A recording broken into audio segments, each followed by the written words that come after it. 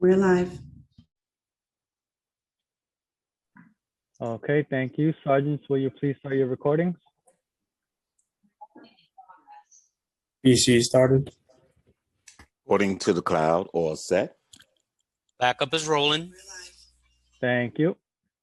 Good morning, everyone. Welcome to today's remote New York City Council hearing of the Committees on Education, Criminal Justice, and General Welfare.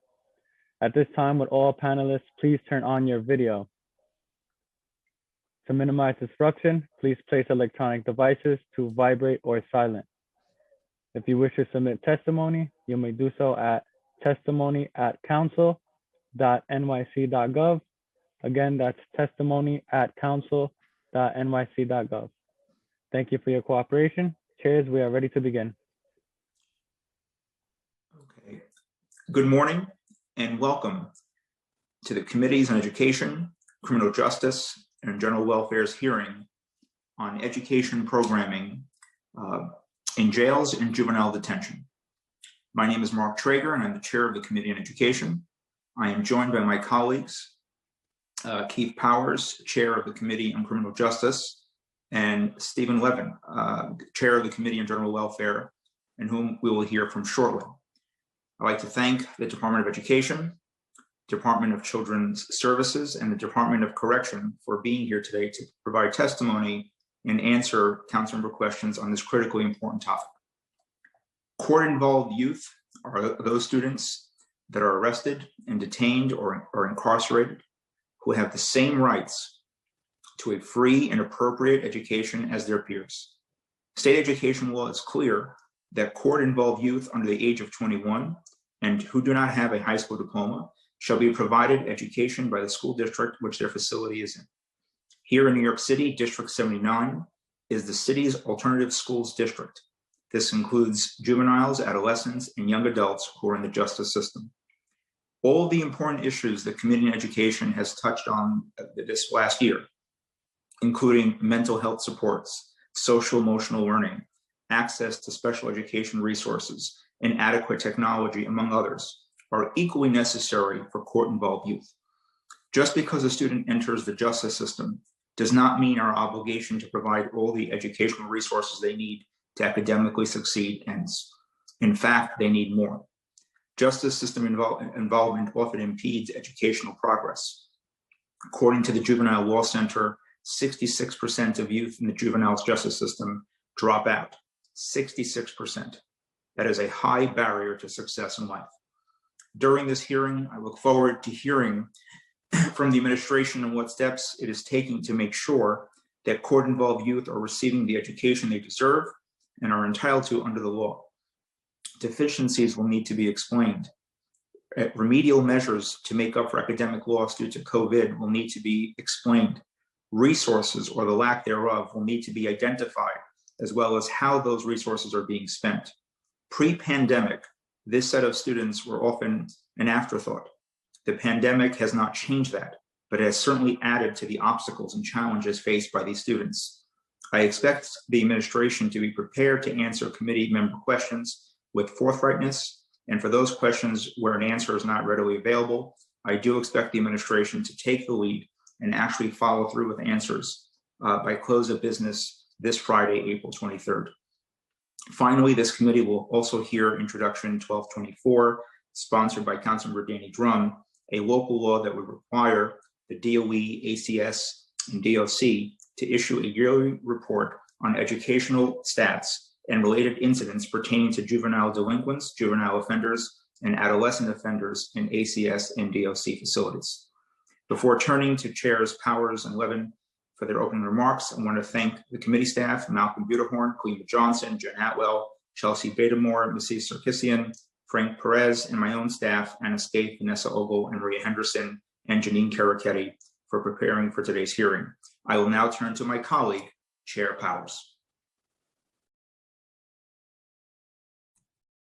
Thank you, Chair Traeger, and good morning, everyone. Thank you for joining us here today. I am City Council Member Keith Powers, Chair of the Criminal Justice Committee here in the City Council. I'm glad that you all have been able to join us remotely today for our joint hearing on educational programming in jails and juvenile detention. I actually was at Rikers yesterday, and we did talk about this a bit related to young adults and education and programming. So this is a good timing in terms of this conversation. On any, I think as folks know, on any given day, there are approximately 450 to 500 young adults between the ages of 18 and 21 in DOC custody. These young adults are entitled to an education to help them achieve a high school diploma or a high school equivalency diploma.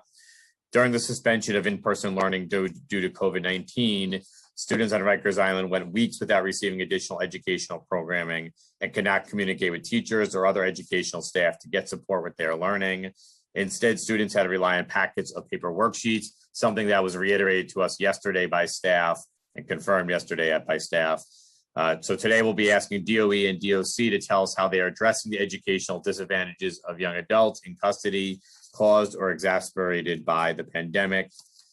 We have a lot of questions here and concerns, including the quality of education young adults receive while in DOC custody. Due to the rising levels of violence, educational program is frequently interrupted by alarms and lockdowns, making it difficult or sometimes impossible for young adults to learn. Further, they may be shackled to restraint desks during school sessions, something we have seen up close and personal. DOC was required to end the non-individualized use of restraint desks by April 15th, which is a week ago, 2021. We, of course, would like to know whether that has ended and how DOC tailors their policies to ensure the least amount of disruption to educational programming. It's obvious that education is a critical key to rehabilitation and successful reentry for young adults. Today, I look forward to hearing from the department about ways in which its policies, practices, and programs support the goal of ensuring young adults have an adequate education when released. With that said, I want to thank the committee staff here at the City Council for putting together this hearing. I want to thank both chairs for their work and their effort to put this hearing together as well, and all the council members who will be acknowledged momentarily. I want to just now hand it over to Councilmember Steve Levin, who is the chair of the Committee on General Welfare, to give his opening remarks as well.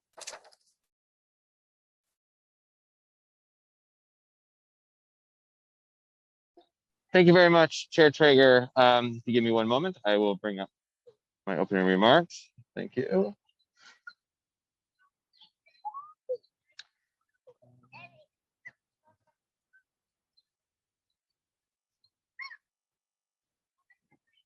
Please bear with me. I am doing double duty with my children this morning. So, okay. Good morning, everybody, and welcome to this hearing on educational programming in jails and juvenile justice. I'm Councilmember Steve Levin, Chair of the Committee on General Welfare. I want to thank my colleagues, Councilmember Mark Traeger, Chair of the Committee on Education, Councilmember Keith Powers, Chair of the Committee on Criminal Justice, for convening today's hearing.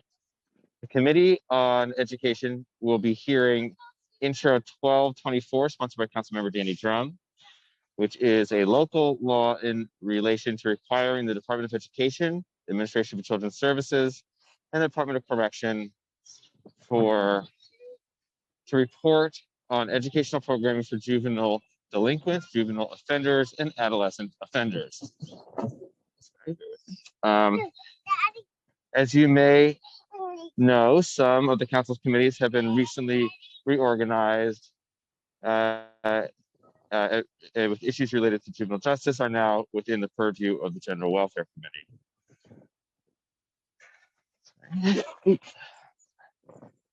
In May 2020, due to the COVID-19 pandemic, ACS released a revised plan for their providers related to modifying staffing and training requirements in congregate settings. In addition to the health and safety concerns for youth and staff in congregate settings, there's also much concern about adequate access to remote learning for youth in these detention settings. Problems persist for students in jails and detention facilities as it relates to sufficient access to instruction and learning materials. Even when devices are available for use, access to technology for youth in detention is dependent on behavior with devices being taken away as punishment. In place of those devices, students are administered a paper packet for lessons. As reported by the city, the news organization, The City, ACS and DOE are working to expand access through secure voice communication for remote learning, as well as expanding tutoring services. However, there's been no timeline for implementing such a change. In today's hearing, the committee will seek a better understanding of ACS's effort to ensure that appropriate safety measures, adequate resources, and quality education are provided for youth in detention facilities. I want to thank advocates, members of the public, and those with lived experience who are joining us remotely today. Thank you to representatives from the administration for joining us, and I look forward to hearing from you on these critical issues. And I want to thank my staff, my chief of staff, Jonathan Boucher, so my legislative director, Nicole Hunt, and committee staff, Aminta Kilowan, senior counsel, Crystal Pond, senior policy analyst, Natalie Omery, policy analyst, and Dan Krupp, finance analyst. And thank you so much. I'll turn it back over to Chair Traeger. Thank you. Thank you, Chair Levin, and thank you, Chair Powers. I just want to note that we've been joined by Council Members Drum, Councilmember Riley, Councilmember Rose, Councilmember Diaz, Councilmember Grodenchik, Councilmember Holden, Councilmember Borelli, Councilmember Lewis, Councilmember Gennaro, Councilmember Brennan, Councilmember Rivera, Councilmember Barron, Councilmember Kalos, and Councilmember Lander. And if we missed anyone, my apologies. We'll make sure we list you. And with that, we will now hear from the administration. First, we're going to hear from Councilmember Danny Drum, who's going to speak quickly. Yes, my apologies. Yes, Chair Drum, please. Absolutely.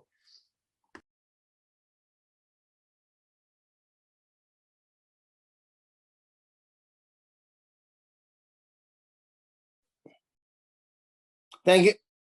Thank you very much. I just need to switch back because one of my devices went out on me. So just bear with me one moment, if I may. Thank you very much. My first impression of the East River Academy, the Department of Education's program on Rikers Island, was deeply troubling. From this and subsequent visits, news stories and conversations, a partial picture emerged. Corrections officers, for example, shackled students to desks and indiscriminately sprayed chemical weapons into classrooms in response to incidents. Needless to say, it was an environment that was not conducive to teaching or learning. If any educational setting needed intensive oversight, it was East River Academy, yet very little information, even on basic metrics, was available. The 2016 Education Committee hearing that I chaired only highlighted these gaps in our knowledge. The next year, the council passed and the city enacted my legislation requiring reporting on the education system for incarcerated adolescents and young adults up to age 21, including statistics on attendance rates, standardized test scores, the rates of violence, and other key indicators.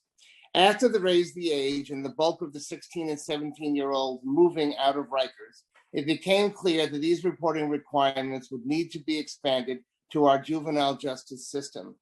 There is much to criticize about our juvenile justice system, but it is undoubtedly a much better place than our jails. With administrators and staff equipped with training on youth issues, at least the possibility exists of impacting young lives positively. Operating under the Raise the Age and now COVID, Passages Academy has faced several major challenges over the past few years. What has not changed is the critical role education plays in ensuring our young people do not ever experience jail or prison. As responsible policymakers, we need the relevant data to monitor this key component of our city's transition to evidence-based criminal and juvenile justice systems.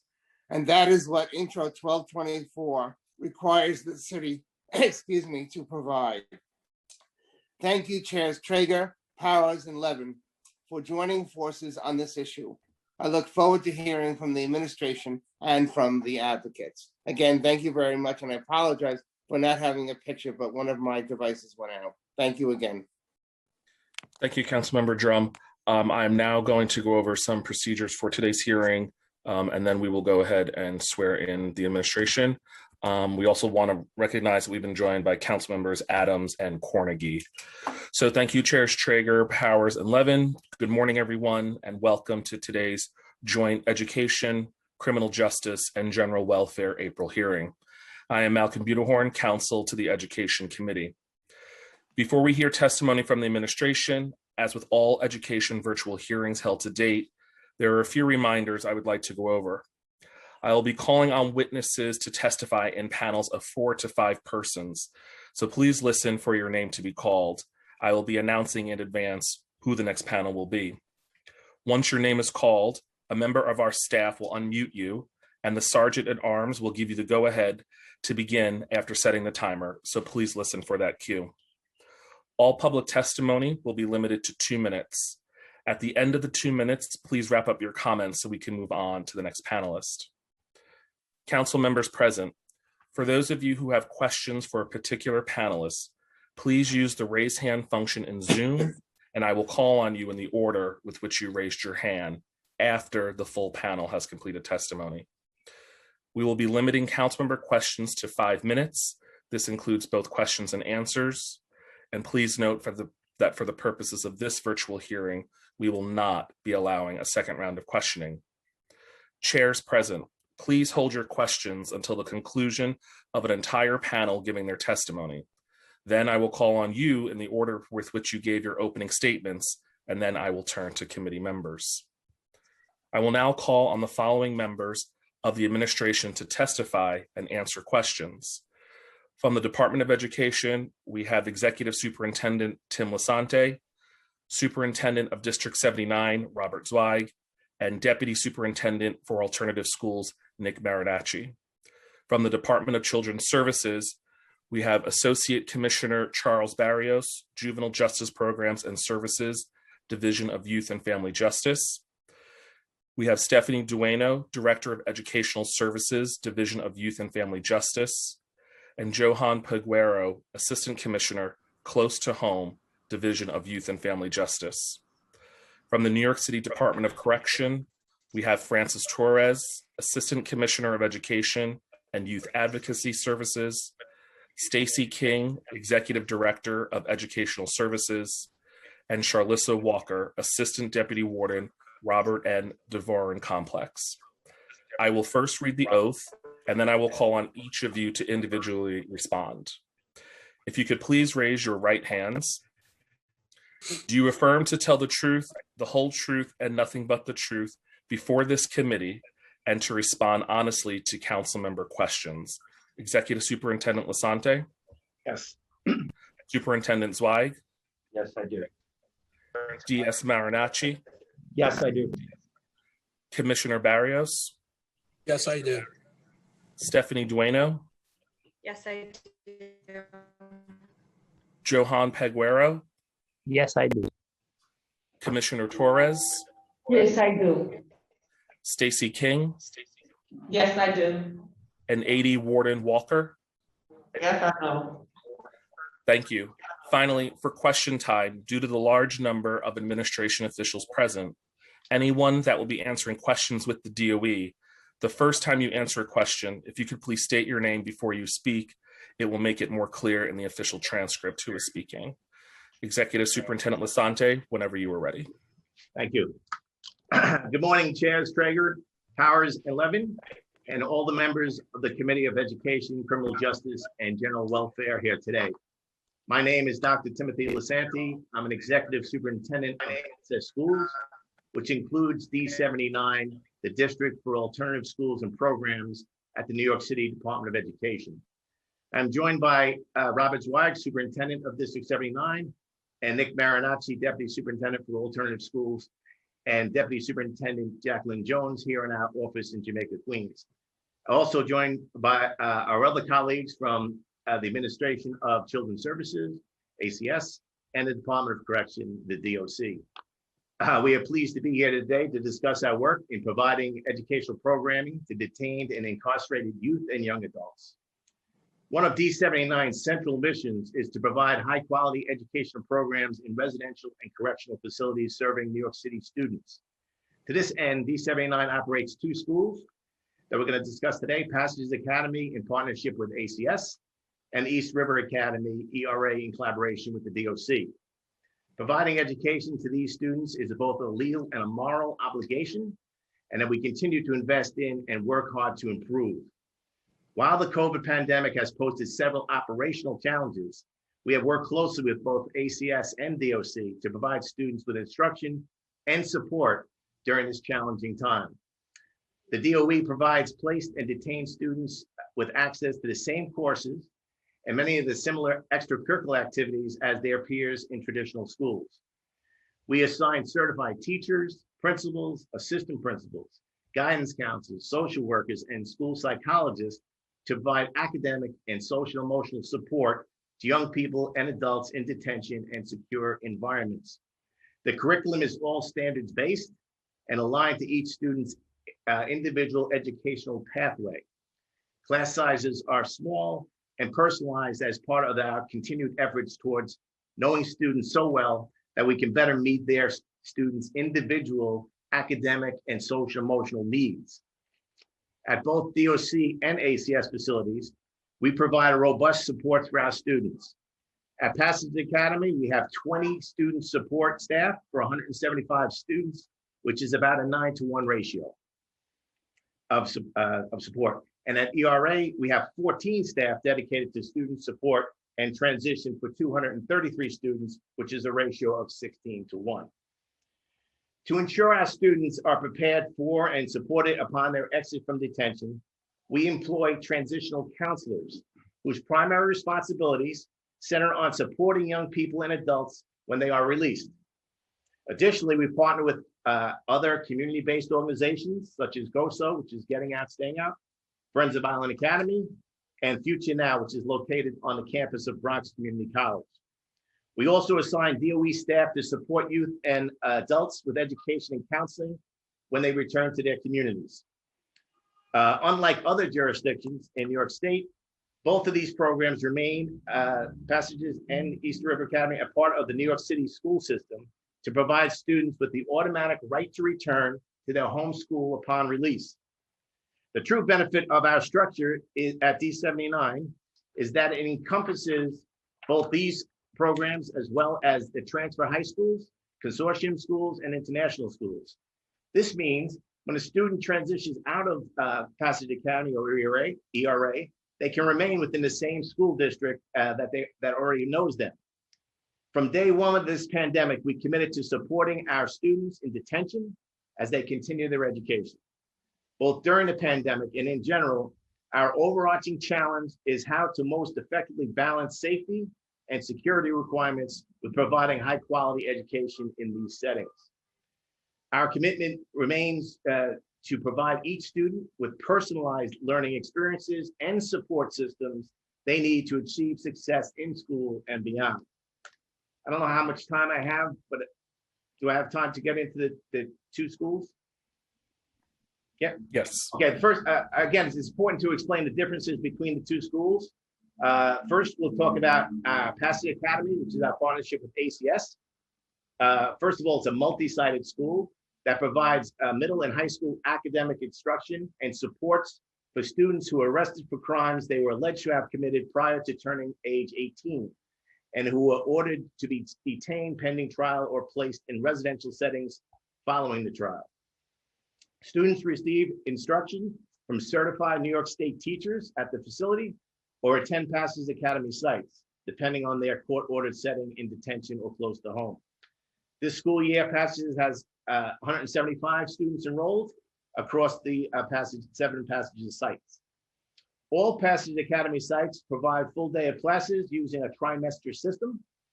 Passage Academy provides licensed subject area and special education counselors and teachers and counselors and school leaders to meet the educational needs of all students. It has 82 teachers for the 175 students, ensuring a highly personalized education experience for students. The coursework, as at any high school in New York City, is aligned to the state standards in instruction, provides college-ready supports, and follows the New York State high school graduation requirements. Teachers are held to the same standards as their colleagues in district schools. Our results during this administration demonstrates a real commitment we've made to this program and to these students. Over the last 8 years, the middle school promotion rate at Passage Academy has increased by 36%. Because of the small class sizes and individual attention, we were able to provide the course pass rate in the last 3 years, pre-pandemic, was over 80% for all students, including students with disabilities and English language learners. On average, students earn nearly 6 credits during their time at Passages, even though the median length of enrollment was just 35 school days. We have redoubled our efforts throughout the pandemic, working closely again with our partners at ACS to deliver meaningful education to our students despite the many challenges caused by this health crisis. Last summer and fall, we formed a school reopening committee comprised of district and school leaders, our ACS partners, and also our union partners to proactively address barriers posed by the pandemic and this unique population of students. Understanding the need for our students to connect to remote learning, we collaborated with ACS and distributed Chromebooks to all Passages students so they would have access to technology for instructional purposes. At the same time, we restructured our curriculum to make it more digitally accessible. We have been pleased to implement a blended learning for youth in ACS care, just as students citywide have participated in blended learning. We are hopeful that we will further opportunities for in-person learning in the fall, as soon as it's safe to resume in-person learning. We continue to meet with ACS regularly to monitor the progress and the processes and the student outcomes while troubleshooting any issues that arise. Of course, families are key partners in this work. Like district schools, Passages has 2 full-time parent coordinators and 1 full-time family and community engagement liaison. We convene regularly parent-teacher conferences to ensure communication with parents. With our students dealing with the hardships of the pandemic, family engagement during this time has been critical, and we have continued to pursue strong communication efforts through educational planning meetings with parents and our partners at ACS. Finally, additionally, we offer significant guidance and services when it comes to transitioning our students out of Passages Academy when they leave. Transition counselors, specialists, typically social workers and guidance counselors, develop a transition plan with the students while they're in Passages. This includes short-term goals and, most importantly, immediately next steps after leaving Passages. The specialists engage with students and their families about the key decision either to return to their previous school or to transfer into a different school. These specialists continue to follow up with Passages students for the first 6 months of their transition back into the community. Now I'd like to talk about East River Academy, our partnership with DOC on Rikers Island. East River Academy is overseen by 1 principal and is fully staffed with 65 certified New York State teachers and 59 staff, including counselors, administrators, and support staff. ERA serves students being detained between the ages of 18 and 21 on Rikers Island, and educational services on Rikers Island are not mandatory for this group of students because the young adults range in age from 18 to 21. They have the discretion about attending school. Currently, East River Academy has 233 students, and we are proud that the city provides far more than the 3 hours of educational instruction required in jails by state educational law. In an effort to continually improve student outcomes, we collaborate with the DC on a system that identifies the educational needs of each young person upon admission as part of their orientation and to have their educational goals and needs factored into their housing placements while on Rikers Island. Much like Passages Academy, a very small student to teacher ratio, about 6-to-1, ensures a more personalized approach at East River Academy. All students enrolled at East River Academy pursue either a high school or a high school equivalency pathway, depending on their age, how many credits they have, and what they prefer. Students on a high school pathway take high school courses and earn credits while they're at East River Academy. Students on a high school equivalency pathway focus on preparing for the test of assessing secondary completion, which is the TASC exam, which replaced the GED exam a couple of years ago, which is required to earn a high school equivalency diploma issued by New York State. Due to the health and safety concerns presented by the pandemic, we have unfortunately not been able to administer the high school equivalency exams on Rikers Island. However, Now that we've been able to transition to blended learning and in-person learning starting next month, we will be able to resume monthly testing for those eligible and interested in taking the high school exam at East River Academy. Again, once the pandemic hit New York City, DOE convened with our agency partners at the DOC and union partners to develop a plan that would address our goals in providing high quality education while ensuring that the safety and health and security concerns are all met. At the beginning of the school year, ERA started entirely with remote learning in light of the health and safety issues. The DOE partnered with DOC to provide paper packets created by our teachers and core academic subjects, and they would deliver to students in their housing areas. Teachers then collected and reviewed these packets for feedback and further instruction on a bi-weekly basis. Students also had access to their teachers and counselors by phone through hotlines dedicated for this purpose. Phone hotlines. In addition to the packets, DOC provided us with access to computer tablets that provide the population with supplementary programming. Our teachers and students were able to use the tablets to upload educational content and videos, carry out assignments, and interact with student questions.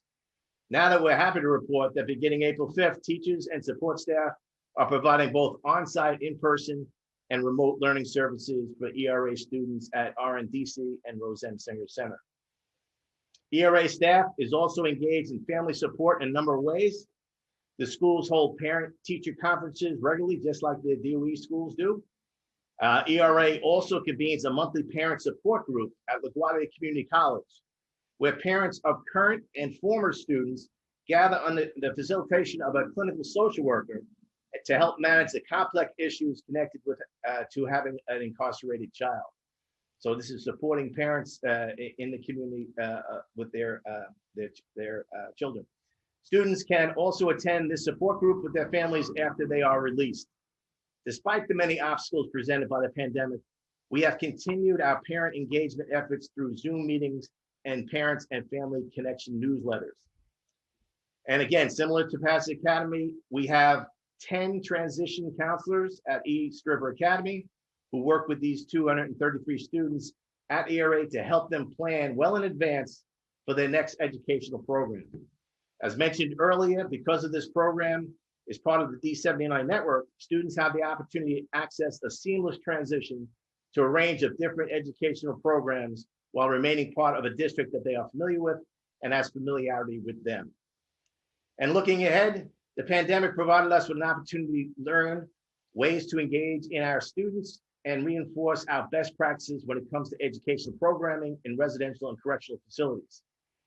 As we did prior to the pandemic, we continue to work closely with our agency partners at ACS and DOC to ensure we are meeting the educational needs of every student. This past year showed us that using technology with this, within these spaces are powerful tools, and we will continue to innovate and build on the lessons that we have learned. Like the rest of the educational system, we are looking forward to providing even more personal instruction. And similarly, we are planning an increased summer programming this year, including not only academics, but enrichment programs, SEL programs, and summer youth employment opportunities where possible. As to the proposed legislation that Councilmember Drum just discussed, we are briefly, let us briefly turn to this proposed legislation, intro number 1224, that amends local laws relating to reporting on educational programs for juvenile delinquents, juvenile offenders, and adolescent offenders. We support the goals of this bill highly and look forward to working with council to ensure that the reopening requirements align with the current programming, that the reporting requirements align with the current programming model and practices. In conclusion, throughout my career and doing this work at the DOE, I've witnessed marked improvements we have made in educational programming in jails and juvenile facilities. Our city has a unique, unified district dedicated not only to supporting the education of our students in detention, but also designed to promote smoother and more thoughtful pathways to transitioning to high schools and continuing education upon reentry. The pandemic has certainly created immense hardships for our students, their families, our staff, and our educational processes. But despite those new challenges. Our commitment to providing high-quality education and support for our students remains unwavering, and we continue to work diligently with our agency partners towards these goals. Thank you very much for holding this important hearing, and we look forward to taking your questions. Thank you. Thank you, Superintendent. Just want to note that we've also been joined by Councilmember Levine, Councilmember Gibson, and Councilmember Van Bramer. I will now begin with some questions. What is the total enrollment at Passages Academy and East River Academy sites? And can you give us a breakdown also by race and gender? At this time, we don't have the race and gender. We can, we'll get that to you by Friday. But we do have the number of students that are being served currently, 175 students at Passage Academy. And what was it, 133 East, 233 at East River Academy, sorry. And Superintendent, just for our knowledge, why isn't the data on race and gender available now? Oh, I'm sorry, we do have it. I'm gonna ask Deputy Superintendent Marinacci to go over that data. I'm sorry. Sure, thank you, Chair. The data for East River Academy, I'll do that first. East River Academy is 10% female, 90% male, 56% Black, 34% Latino, 5% white, 3% other. And would you like me to do Passages Academy now? Yes, please. Sure. Passages Academy currently is 8% female, 92% male, 64% Black, 29% Latino, 4% white.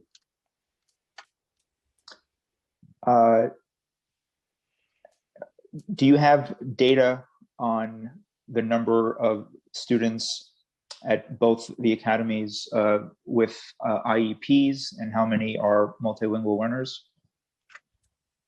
Yes, we have that data. Councilmember, hold on one second.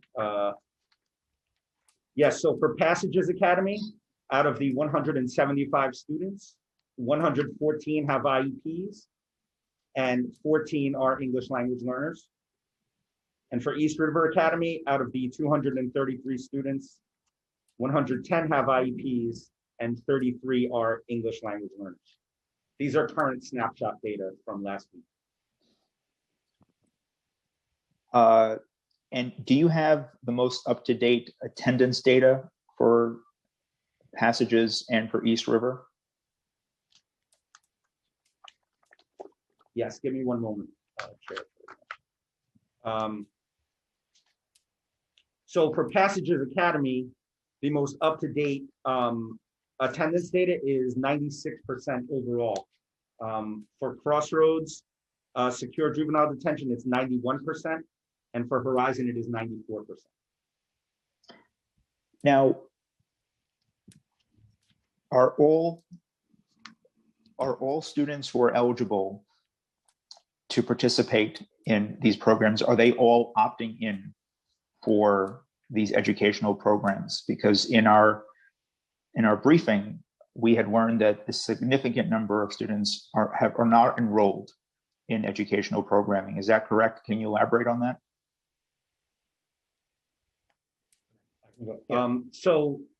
Councilmember, I think if we're talking about Passages Academy, all of the students are compulsory age, so we work with ACS, and all students are required to attend educational programs. There are a couple of students who are graduates, and we have to provide alternative programming for them. And how is attendance taken in Passages and East River Academy? Passages Academy right now, well, both are on a blended learning model. So I'm going to speak to Passages Academy for the students who are in person. Obviously, we take their attendance when they come to class. For the remote students, we follow the attendance procedures similar to the rest of the Department of Education, which we measure the interactions and we record those.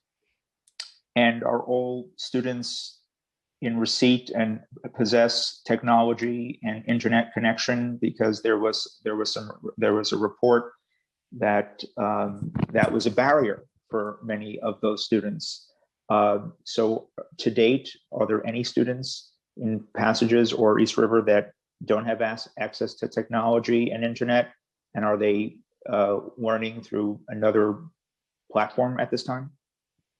Sure, so I'll speak to Passages Academy first. At Passages Academy, all students are issued a Chromebook by the Department of Education. And so all students have devices.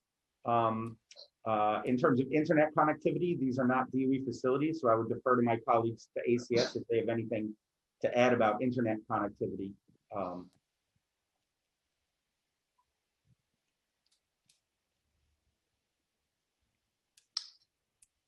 If we can unmute Charles Barrios.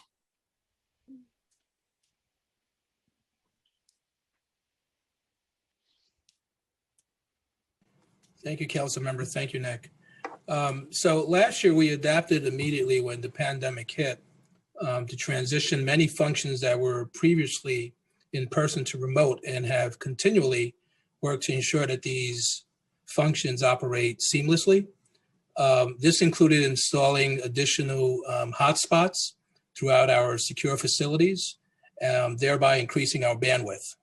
So there have not been any issues related to Wi-Fi or bandwidth. So just to be clear, every student who has requested a Chromebook, the appropriate technology, and also there are students with IEPs who might require adaptive technology in order to receive instruction.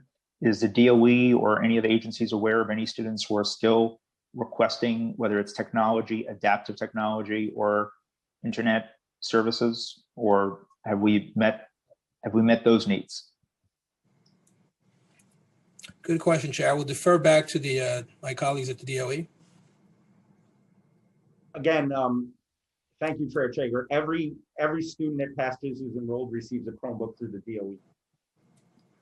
Now, you mentioned Passages. Now, it's my understanding that participation at East River Academy is not compulsory. Is that correct? Yes, that's correct. Again, students are over 18 years old, so it's voluntary for them to come. And again, thank you for that question. And thank you for also your advocacy for the non-compulsory age students. So we provide full services to students that are 18, 19, 20, 21 years old.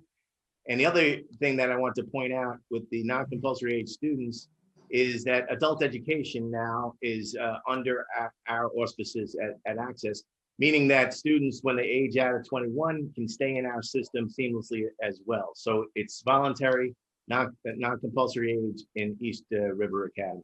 So how many students are not enrolled in the program at East River Academy? I'd have to, we only know how many are enrolled. We don't have access to the Department of Correction data on the overall population. So we have 233 students enrolled currently. One of the things DOC on the call? Yeah. We can go ahead and unmute the Department of Correction.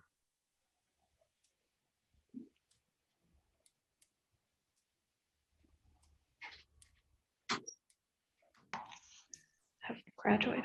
Good morning, Chair. My name is Francis Torres, and I'm the Assistant Commissioner for Education for the Department of Correction.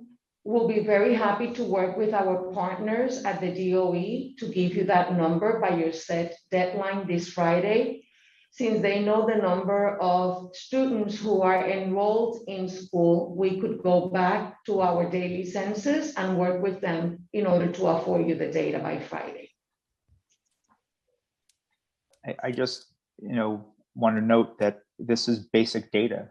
This should not be complicated or hard. And this is information that should have been made available at today's hearing, because we're talking about all of our students. So we would like that information as quickly as possible, because we need to have a holistic picture of what's happening at these academies.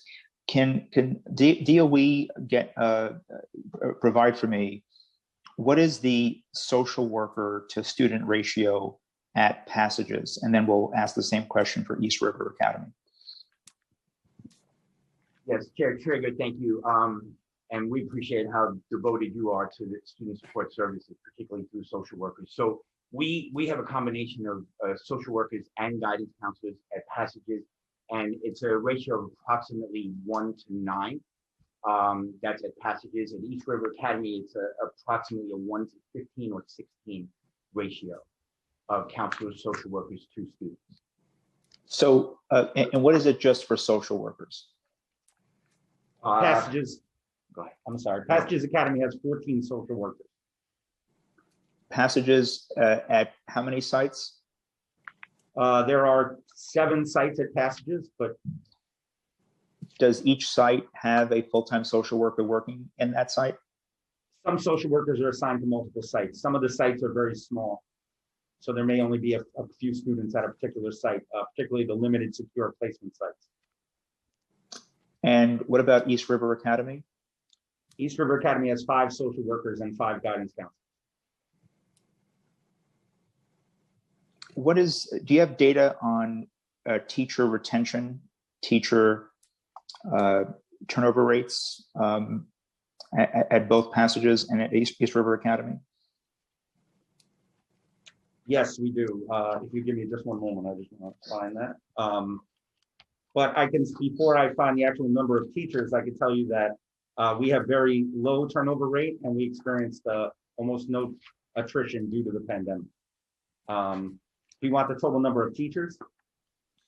Correct. And if you have data about the average, how long they stay working at the school? I know when we've done this survey in the past, it's very similar to the transition rate of teachers outside of these programs. And we do have an awful lot of people who have dedicated their entire careers, been out there 20 and 25 years, including the principal. She's been there 25 years at East River Academy. She was a teacher when I was a principal. She's got a background in special education. And the same as that principal in Passages, he has a background as a school psychologist. Not too many school psychologists become principals. So I think we have 2 leaders in these 2 programs who have been there a long time and really have provided dedicated services and very special leaders. I have the numbers. You have the numbers? Yeah. So for Passages Academy, there are 82 teachers. And for East River Academy, there are 39 teachers. And Chair Trigger, if I may, it's Robert Swag. While we may not have exact retention rates at this point, we can get them, but it's important to note that the average teacher salary, which is how the DOE kind of classifies seniority for budgetary purposes, in both programs is around $100,000, which is the high end of salary. Now, clearly that does not mean that these teachers have been in these facilities all these years, but they are veteran teachers, and the turnover anecdotally, and I understand we need to get you the exact retention, is really very minimal. Very minimal. As Dr. Lasanti said, from our administrative staff to our teachers to our support staff, most are tenured and most have been there for many years. And how many paraprofessionals, or are there any paras that work at East River or Passages?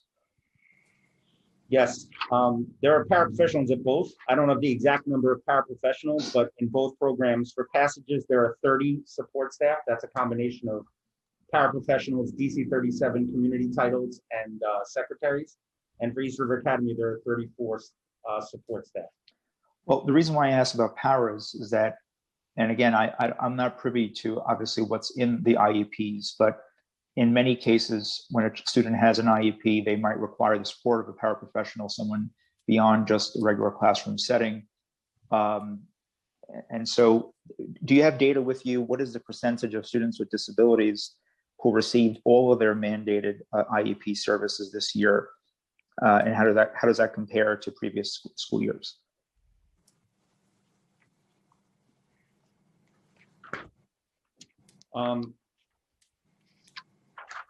So when we're talking about students with disabilities, I think it's important to give a little context here about how services are delivered to students in these settings.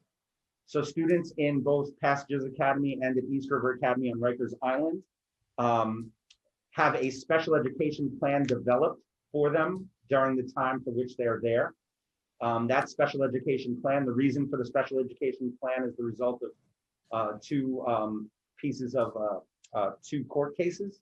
One is still ongoing for Rikers Island and one is settled for ACS. And both of those court cases mandate us to create a special education plan. We call it a SEP for students with disabilities. So the SEP, to create the SEP, our teachers and counselors consult the IEP from the previous school. They assess the student. We have 30 days to complete the SEP. So we assess the student needs within those 30 days and we develop a SEP. The SEP includes testing accommodations and related services. Again, it does not mirror the IEP because it's designed for to serve the student while they're in the setting. And then when the student leaves the setting, their IEP kicks in when they go back to school. Right now, we're really proud that we have very high compliance rates for the completion of the SEPs in both programs. Right, but it's my understanding that if a student has an IEP, remember, they were attending a school prior to entering, whether it's Passages or East River Academy, and if a student has an IEP, their rights travel with them wherever they go. And so, we passed a number of compliance bills to require reporting on the percentage of students with IEPs who are receiving their mandated services. Do you have that data with you today, or is that something you're going to have to also get back to us by Friday? We'll have to get back to you on the compliance measures. Again, because the students at Passages use SEPs and not IEPs, it's a little bit different. Well, give me an example of what that means, because I, as many of you know, I was a teacher, and so if a student requires a paraprofessional to assist to stay on task, if a student requires certain related services, speech therapy, explain to me what is similar and what is different. Absolutely. So the SEP again is designed to serve the student while they're in the facility. So Chair, as you know, as a teacher, the student's IEP is written for the needs of the student, but in secure settings, the student is often placed in class based on the house they live in. For example, if they live in A Hall, they only go to class with other students from A Hall at Crossroads. For example, that's just an example. So things like self-contained special education classes are different in these settings because we don't always control the makeup of the classes. So we have to individualize and differentiate. So if a student's IEP says they need extra support in mathematics, we might have to push a special ed teacher into the class the student is to provide push-in support. Whereas in the community, he might have had either pull-out support or might have been in a CPT class. So that's why we use the SEP to create the best to meet the needs of the student while they are there in the setting. And So, Chair Traeger, if I may. Yes, please. So the average length of enrollment in both programs is shorter than a school year. Our data from last school year, school year 1920, for example, the median length of instructional days was 35 days in Passages. It was 51 days at East River Academy.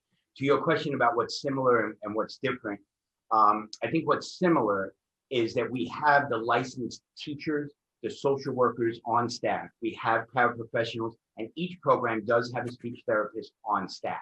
So the similarities are that we have the credentialed staff to provide those supports, to provide that individualized type of attention that would be consistent with the IEP. What's different is because the length of enrollment is shorter, and because, as Deputy Superintendent Marinacci said, the housing areas are not determined necessarily by educational need, but by safety needs and classification needs, we have to be more nimble in having adequate staff and the appropriate licenses and titles at the facility that then provide either that push-in or pull-out type support. And students receive mandated counseling. Yes.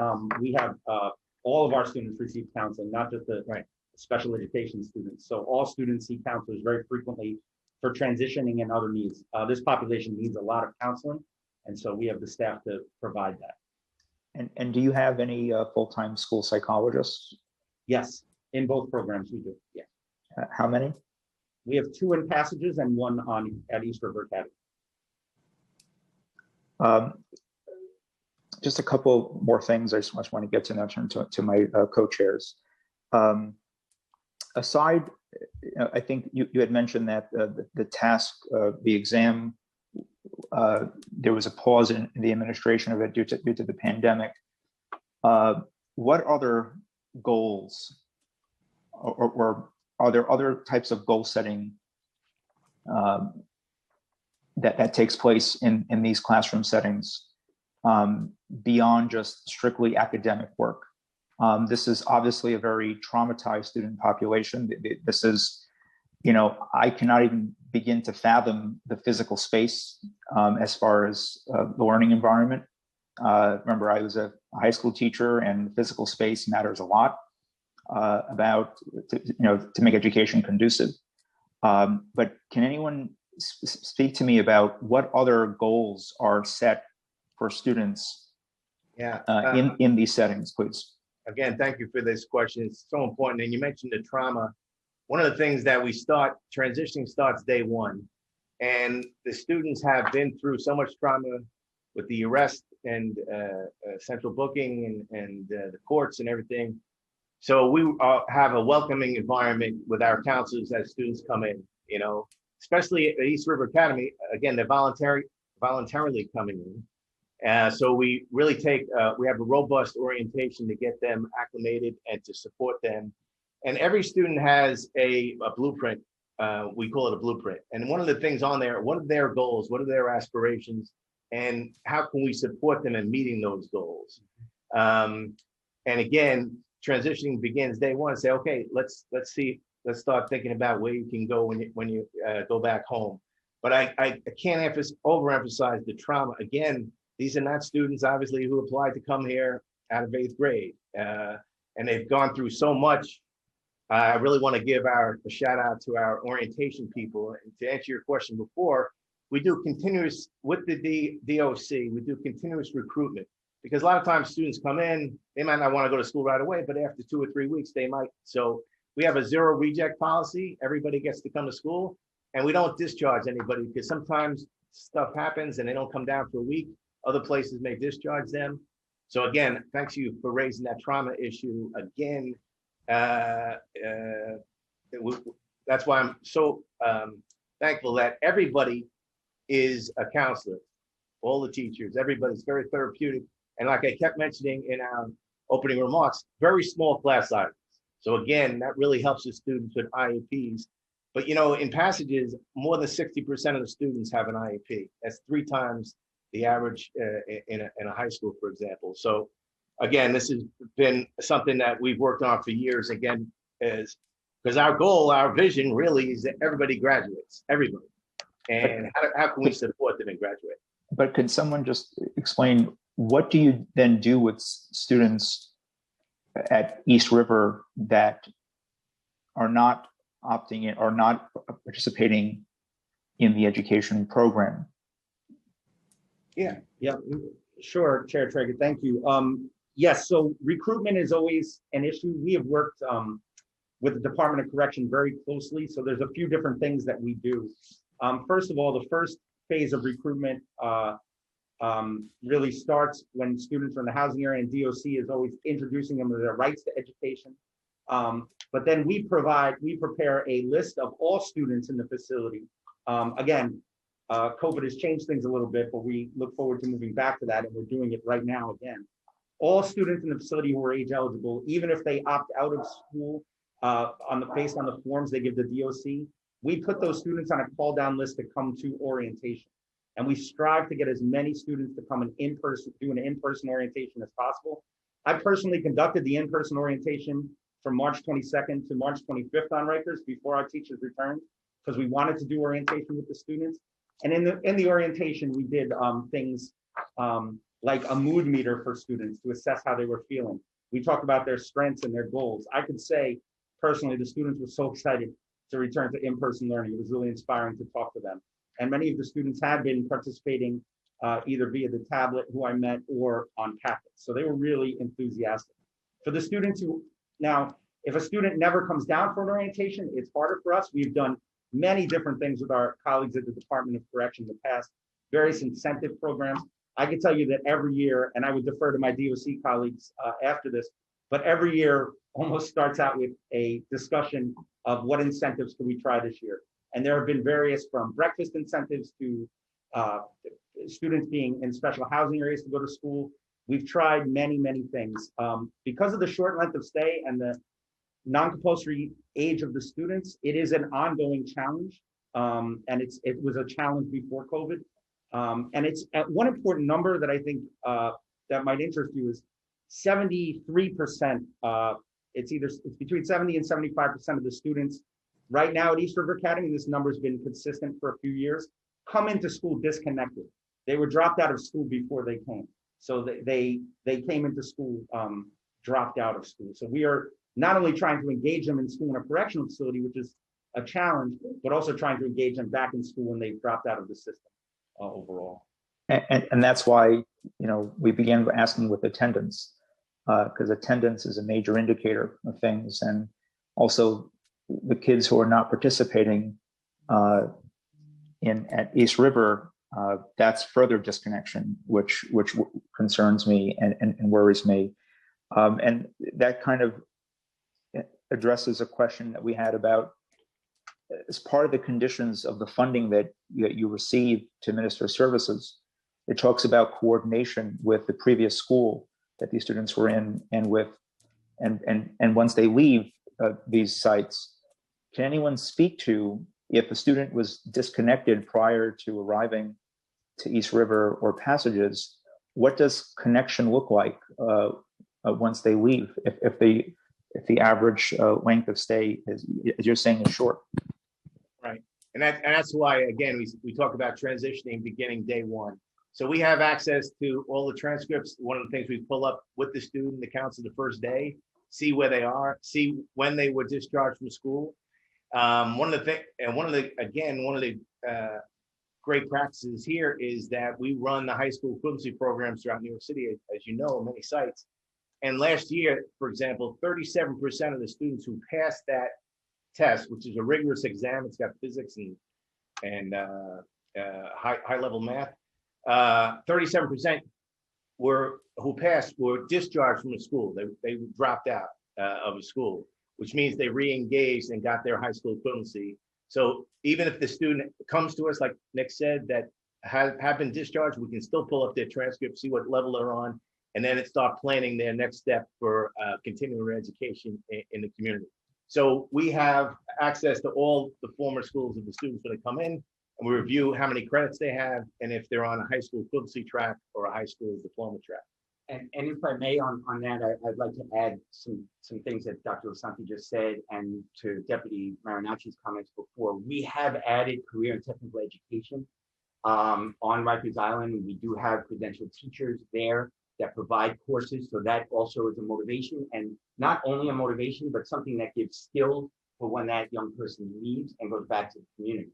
In terms of, you had asked earlier about, some of the goals and the pause on the task exam. Yes, that is true, but largely through our advocacy here in DOE, State Ed instituted a waiver where prior test scores and prior regents are counted. And so there are 13 students that on Rikers Island that have taken advantage of that waiver and have attained their high school equivalency diploma during this pandemic. Now, when we resume the in-person testing in a few weeks, that number will obviously go up, and the waiver is still in effect at least through June 30. In terms of the outside the community and our transition work, something we're really proud of is our partnerships with community-based agencies. So there's a whole slew, many of which the chair people are very familiar with and help support and fund through our local communities, that we can openly refer students to and make sure that there is admission on the other end. There are others that are specific to students that are coming out of detention. But if I may, and I'll wrap up shortly and turn to my colleagues. what worries me is there is this, we all agree that we're dealing with students who are traumatized, who have obviously a lot going on in their lives, and for a variety, for many reasons. It sounds like that there are social workers who work at these sites. There are counselors who work at these sites. You had stated that many of these kids were previously disconnected from the school system. When they arrived here, they had certain level of support. I'm hearing that the average length of stay it's not very long. Is that correct, Superintendent? Or please correct the record. Yes, that is correct. And then what happens after? Then they go back to a school system where we don't have enough social workers, counselors. These kids, the trauma still carries with them. Who from the system is responsible to ensure that these students are still receiving critical counseling services or therapeutic services, and making sure that they're staying on the right track? Because attendance is a major indicator of student progress in school climate. And also, I would argue, literacy.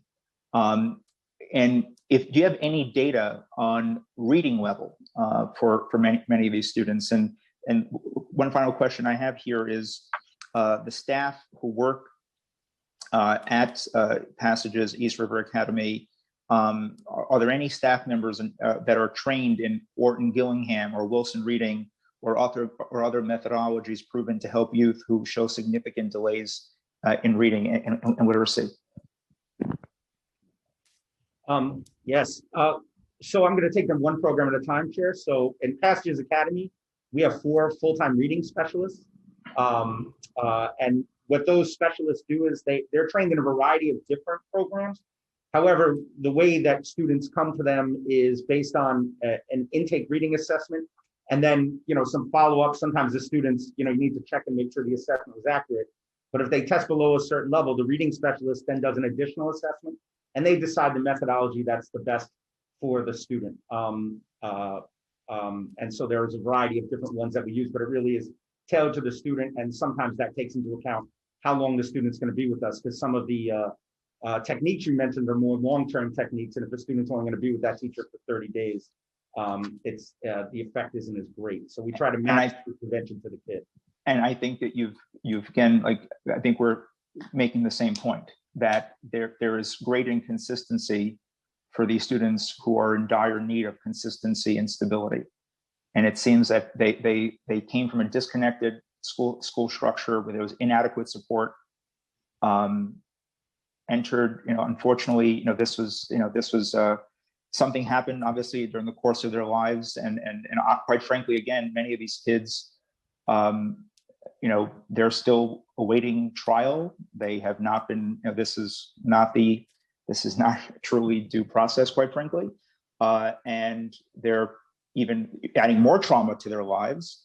But there are some increased number of social workers and counselors in this setting than they're used to in their previous setting. And then after their length of stay, they're back into society with inadequate supports.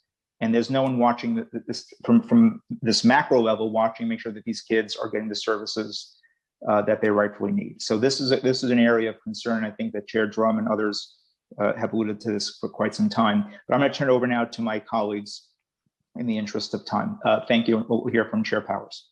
Thank you. Thank you.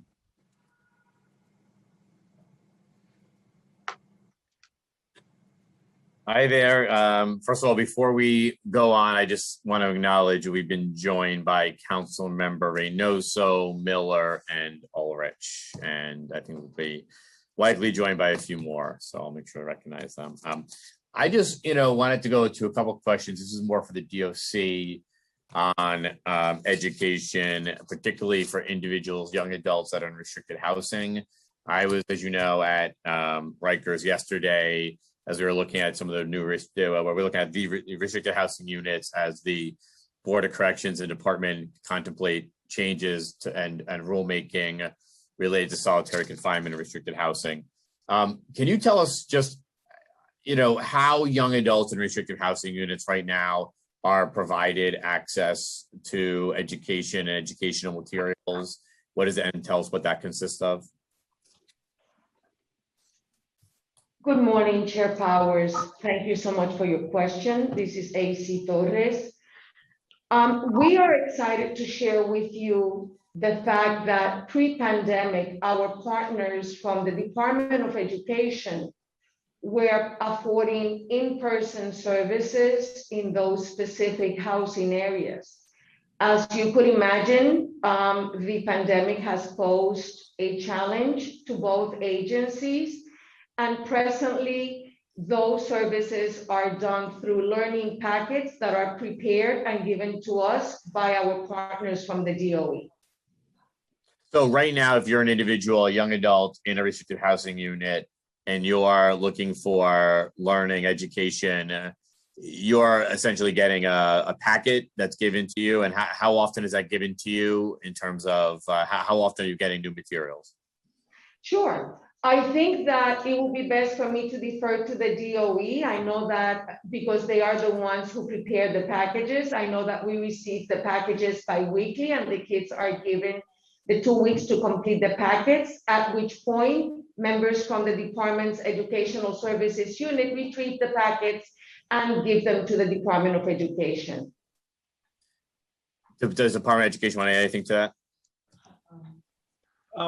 No, what Ms. Torres said is accurate. The schedule is every 2 weeks. As we revise that schedule over time, and as we return to have more staff in person on the island, it may be revisited in the future, but right now it's 2 weeks seems to be about how much the students can handle at one time.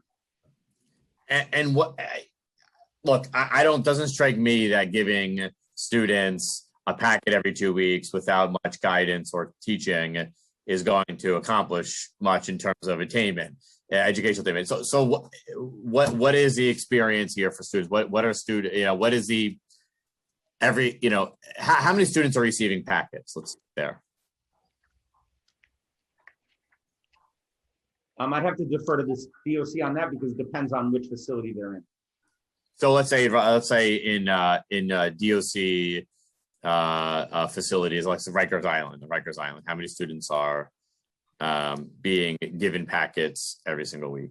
So it's only the students. So right now it would only be students in 2 facilities who would be given packets. Students in the GRVC facility and students in the OBCC facility.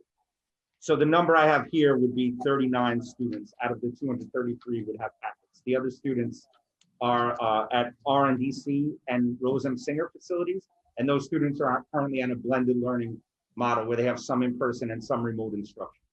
Okay, so let's take those. Let's just take those 39 for a second because this is what we were focusing a little bit on yesterday. And how many of those students are completing that packet every 2 weeks in full? Well, the number of students changes over time. It's not the same 39. Right. So it really depends. But my question is, how many, like, what are you seeing in terms of percentage completion of those packets biweekly? It's not a very high percentage. I'd have to get back to you with the exact percentage. Yeah, I mean, it's not a high percentage because you giving packets to students is not learning.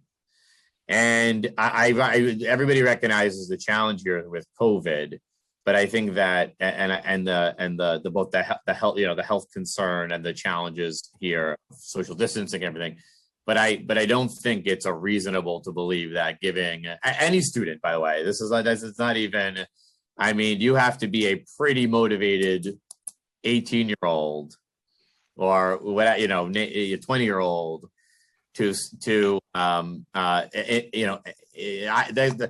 include myself in that when I was, that you have to be pretty motivated without any classes or ongoing learning or even, otherwise incentives to do it. It feels like a strategy that was not meant to succeed from the start. Chair Powers, if I may, this is Robert Zweig. Yes, I mean, we agree. And like you, I myself would have a hard time remaining motivated to do packets on my own. I think the good news now is that we are back on site with our DOE staff at least 2 facilities as you referenced, the challenges of COVID and the space constraints have been just a huge challenge. But right now, the good news is that our staff is back. We plan on that continuing straight through the summer and into next school year. And as soon as we can think about ways to safely expand that on-the-ground staff, then we'll be better equipped, is the only way I could really say it, to address what you're bringing up now. We acknowledge that this is difficult. I will say that a lot of thought and effort went into creating the packages by the teachers. I've gotten to see these packages. There's videos built in. Have we been able to use them and maximize them? Absolutely not. The fact, however, that we are back on the ground with DOE licensed staff, it holds out a lot of hope and promise to make up for that loss. And I'd like to just add that students did, while it's not ideal support, there was very quickly we established with the Department of Corrections a phone hotline available from every housing area, where throughout the school day, students were able to call teachers and counselors for support with that work. How many phone calls have resulted as of that? We'd have to get back to that data. We don't have the right. Okay. Department of Corrections, this is for you guys. There seems to be sort of an open question for me about whether, well, let me ask a direct question. Do we have adequate space and facilities to be able to provide in-person or hybrid learning to folks in restricted housing units? If or what is the constraint in terms of providing adequate and equitable education for those folks? That's a very good question, Chair Powers. I know that in very specific facilities, we do have adequate space, while in other facilities, because of the structure, keep in mind that some of our facilities are very old, it makes it a little difficult, and especially during this time where social distancing is at the forefront. But we are always looking as to how best to provide educational services in any given scenario. So when I was there yesterday, we went over to NIC, and the units that we saw, the programming space that was that I think would be designated for those units, the lights didn't work and there was nothing in that. I know those units have been converted recently, as I understand it, and they're I think somewhat of a new model here, but there wasn't any actual space to provide programming, and it's a confined space to begin with, to even just walk through it, and it's very old. And I think the concern I'm raising here is that there's not space. There might even be a little bit of space if you wanted to do something, but there's not even any. The lights, so I get the lights didn't even work in that space because we were using flashlights to go take a look at it. I think that one of the issues here is the lack of available space to do learning and programming in some of these facilities. But it seems like you agree with that assessment. So here, if I may, the space is always a concern to us. You are correct in terms of the structure at NIC. However, we are working closely to identifying the necessary space that would allow us to afford programming. And when I mean programming, I don't mean cell or next to the cell, but rather a programming space conducive for counseling as well as educational services. We're using the time frame that we have, from now until November, to actually be able to come up with the necessary space solutions that would allow us to do educational services in a cohesive, quantitative, and qualitative way. Okay, and when how many young adults right now are currently housed in restrictive housing units where restraint desks are used? Oh, no, sir. We don't have anyone in the restrictive chair. When did that end? Actually, the day before April 15th. Okay, so you have now, as of April 15th, last week, April 14th, I guess, and stop using restraint desks on Rikers Island and for young adults? That is accurate, Chair Powers. Okay, sorry. So you're on track to meet that deadline. Are individuals receiving tablets right now? And when we were there yesterday, there was a discussion about beginning rolling out tablets we're talking to one of the programming staff that we met with, and they were talking about now deploying tablets. Do young adults who are trying to learn, they're getting paper, they're not getting tablets like other individuals seem to be receiving now? So Chair Powers, if I may, are you talking about NIC, sir? No, we were looking at some of the new units yesterday at GRVC, I think. And we met with programming staff there before we went to take a look at the units.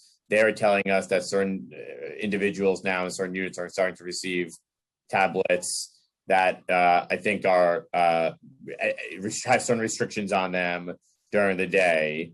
They can access law library, I think educational materials for that. So I want to hear if there was a plan that we more information, what we were hearing yesterday from staff about deploying tablets to individuals in custody. Thank you so much, Chair Powers. I am happy to actually hear you make this statement.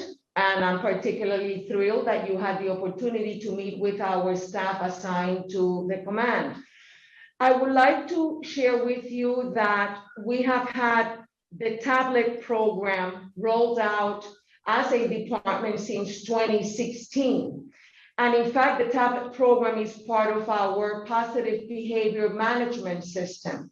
And our tablets at the island have two very specific tracks: enrichment and entertainment. And so when we have the deployment of the tablets, we are always careful to have an orientation with the young adults as well as the adults as what it means to receive a tablet. And so we discussed with them the fact that the tablets will be deployed to them from 8 o'clock in the morning until 8 p.m. We also addressed with them that the tablets need to be returned to us in the same way that they received it. They need to take care of them.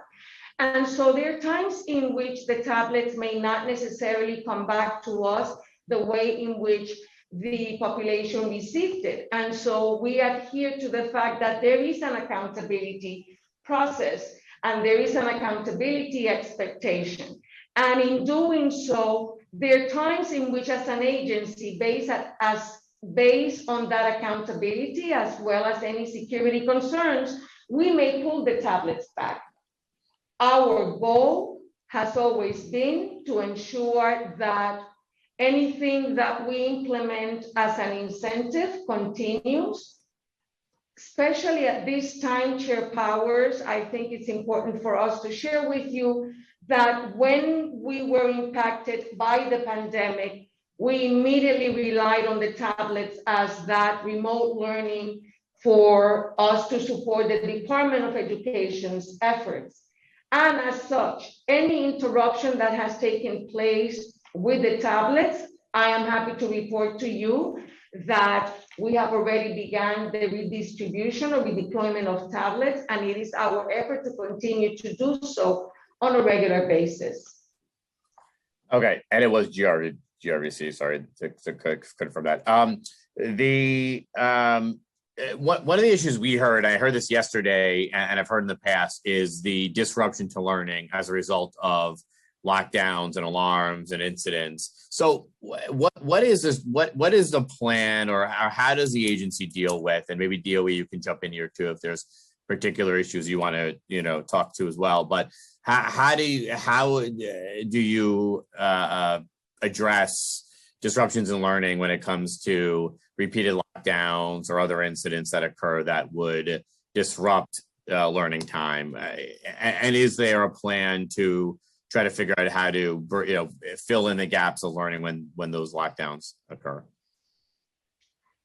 So Chair Powers, if I may, I take very seriously the fact that as the Assistant Commissioner of Educational Services, there are minimal interruptions to the provision of education on a daily basis. There are specific plans at all of the commands on how best to minimize those interruptions. As you could imagine, the interruptions are for the most part as a result of any alarm status. Since I am not the best and well-versed when it comes to that, if you allow me to actually pass that question to Warden Walker, who is our warden at RMDC, who will be able to share with you what it is she does at the Robert N. Davron Center. Warden Walker? Good morning, Chair Powers. Good morning. First, I would like to share that an alarm is an event where a staff member utilizes their personal body alarm in which they feel like they need assistance to manage the situation. Where there is an alarm, the supervisors, they work to assess the nature of the issue and determine if a supervisor or a pro team is needed to be deployed to that area. Wherever possible, we do work to de-escalate the situation and to localize the alarm response to that location, wherever the event transpired. Where possible, the tour commander or management team, we work to allow movement through the alarms for services such as school and any other educational services. The goal is to absolutely ensure that these young adults are being provided their services. Okay, I mean, I think we've heard, and we heard this, we were talking to individuals yesterday that, there were kind of constant disruptions, it felt like, and that the ability to have sort of stable, constant learning was being disrupted by incidents. I recognize that the agency may not have specific control over when these incidents or alarms happen, but trying to recognize the idea that if you're trying to learn and you are, there's like these sort of constant disruption. It seems like what we heard was kind of ongoing disruptions. I just want to flip because I see a lot of hands up and I know there's more questions ahead, so I will try to questions and then I'll come back. But just a few more. The DOE, can you talk to us more about the packets that individuals are receiving right now? What is included in those packets? And how are they targeted to individual specific needs or learning? And I guess the one basic question is, are all individuals receiving the same packet? Thank you, Chair Powers. So when it comes to the packet, the initial packet that a student will get will be based on their pathway, whether they're a high school equivalency student or a high school student, right? So that makes a difference in what courses they need. And so even beyond that, as Superintendent Zweig mentioned before, some students might be eligible for parts of the waiver for the high school equivalency exam. So for example, if I passed a science test and a math test, I might only need to take English and social studies. We try to target the packets to meet the student's need. The initial packets that students get will be more similar, whether they're depending on their pathway, more of an assessment for the teachers. And then future packets can be individualized for students as they return. And they're graded? They are graded and teachers provide feedback to the students. And are there, is there a method if an individual finishes one quicker? I mean, it sounds like there's a completion rate is not very high, but if there was a individual who completed it, or is there are they waiting until the next 2 weeks, or are they receiving a new one as needed? So I have to give a lot of credit to Ms. King and her staff at DOC. Her team actually goes to the housing areas, collects those packets, and they're in the housing areas more frequently than that in order to support students with other things. So I defer to them, but I believe in any case where they've communicated to that team that they need a packet quicker, we've been able to accommodate it in collaboration with the Department of Correction. Okay. I mean, I appreciate that. I still think that this is not really a great way to, try to help, try to educate an individual. It is really a very thin strategy for trying to address what is learning needs of what I think is 200 something young adults, I think was 233, I think was the number you said. I'm gonna ask one more question, and I just wanna, and then I wanna hand it over, but I'll come back. We had heard from some providers. This is kind of goes back to a hearing we did a few months ago on reentry. This is maybe for the DOC, but DOE obviously, of course, add in your thoughts here too. We had heard from individuals that youth, that young adults, about 50% of them released did not have any government issued ID, such as ID NYC, a New York State ID, a driver license, a passport. And I know that ID NYC, for instance, is in our public library system. You can, I think even some schools have found ways to try to get them to middle school students. Is there an effort here to try to get, I know this is a little bit, sort of adjacent to this issue, but I want to just go back to it because this came from this is still in the same category generally. Is there efforts to bring in ID and NYC cards to DOC facilities or to improve access to ID for young people that have been impacted here and might want one, and particularly for reentry services, might need one? I think it's for DOC.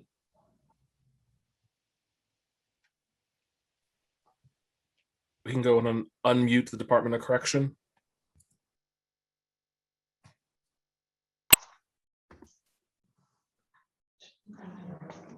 Good. Hi, Chair Powers. Great question again, and we do understand and we value and support that not only our young adult population, but the adult population as well really is in need of that ID to continue engaging in employment as well as receiving all of their necessary benefits.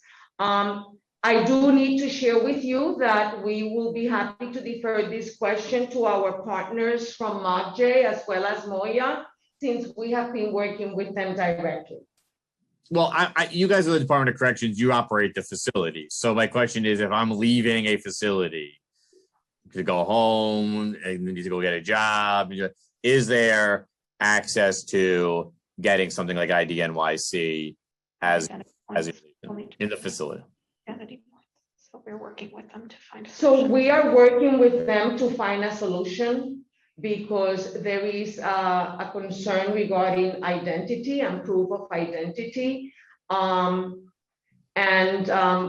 think that we really need to reach out to our partners at MOCJ and Moya to give you a better response. I don't want to mislead you in any fashion. Yeah, I mean, you're not misleading me. It sounds like the answer is no. But like I recognize the sensitivity around ID and identification as a larger issue that has more than just that. But I think there's been a concern raised that some of the young adults particularly are leaving without having access to it. And it might be needed or necessary as part of a reentry, or it's just a good access point to be able to get it if they so desire. I'm going to hand it back over to, I think I'm handing it over to Chair Levin now. And I see some council members with questions as well. And I may have some follow-ups as well. Thanks. Yes, we'll now turn to Chair Levin.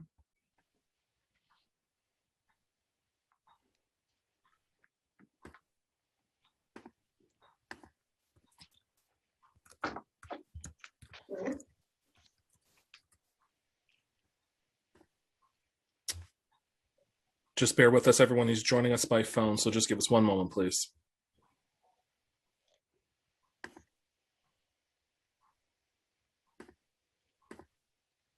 Chair Levin, can you hear us?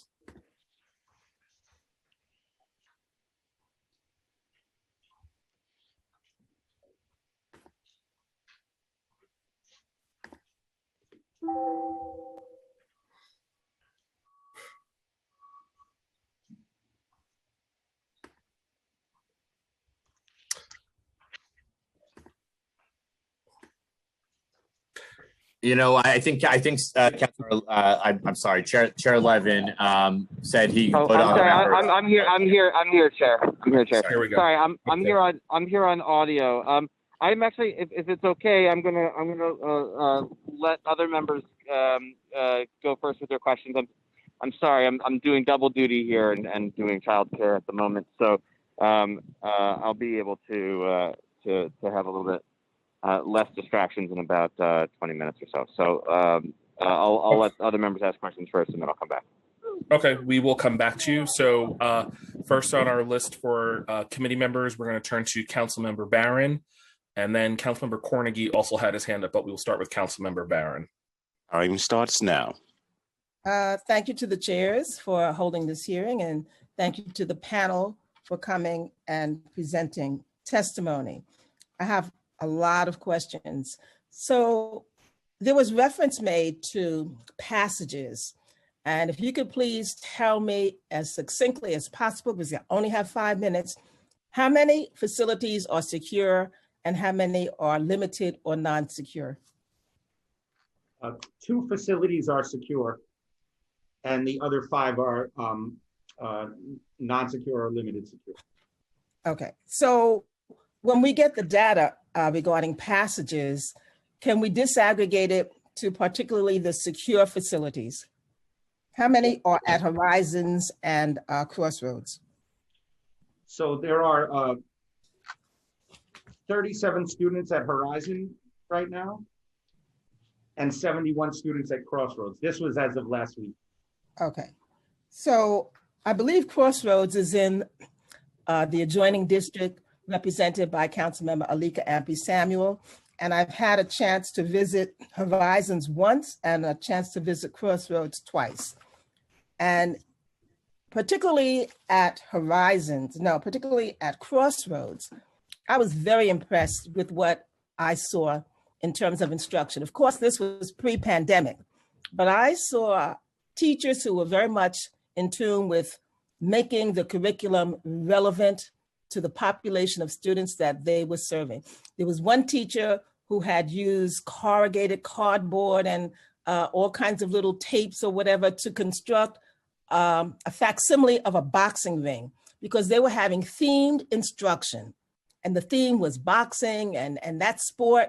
And around the room, he had all kinds, I'm sorry, I don't remember his name, but having been a teacher for 37 years and also been an assistant principal and administrative principal, that was an environment that was stimulating to the students. When we're talking now about moving to packets of materials that are given to children who may in fact have other kinds of needs and have an IEP, which is adjusted because they're only going to be there. We're saying that a packet goes out every 2 weeks. That child may never in fact get a response to what he has done or she has done in that first packet. If it gets sent to the child does it, sends it out. I don't know what the turnaround time is for someone to evaluate that packet and send it back. And if the child is there for a period of 35 days, that's only really 2 packets that he's getting for that month that that child is there. That's not a system that works at all. There's no engagement at all in that kind of system. So we've got to find another way for those children who are not in any kind of hybrid learning situation to be able to take advantage of what it is that's being offered.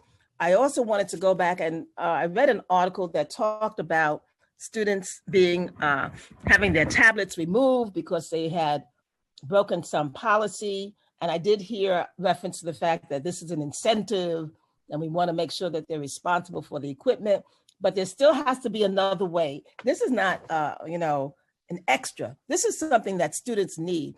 And my other question gets to the fact of what is the real-time interaction that students have with their instructors? The article that I had read, which was printed in November or December, said students have to pose their questions via chat. If we're talking about a population of students that may already have some deficiencies in their academic performance, it's not the easiest thing in the world to chat via typing your question into that format for someone to respond. So I do want to know what is the immediacy of turnaround for students who have questions to be able to get an immediate response. If not an immediate response, how long does that take? Is there any opportunity for students to interact with other students? Because that really is one of the best ways for students to learning from each other, from their own experiences and knowledge. And the other question that I had, I think I heard an answer to the fact that the restraints at Rikers are no longer being used. We did take a trip to Rikers many years ago when Danny Drum was the chair, and we saw those restraints and they were horrible. I don't know how they would think that anyone would want to take advantage of an educational opportunity when they would have to be restrained in that environment. Thank you. When they would have to be restrained in that environment to try to take advantage. So I'm glad to hear that that's no longer the case.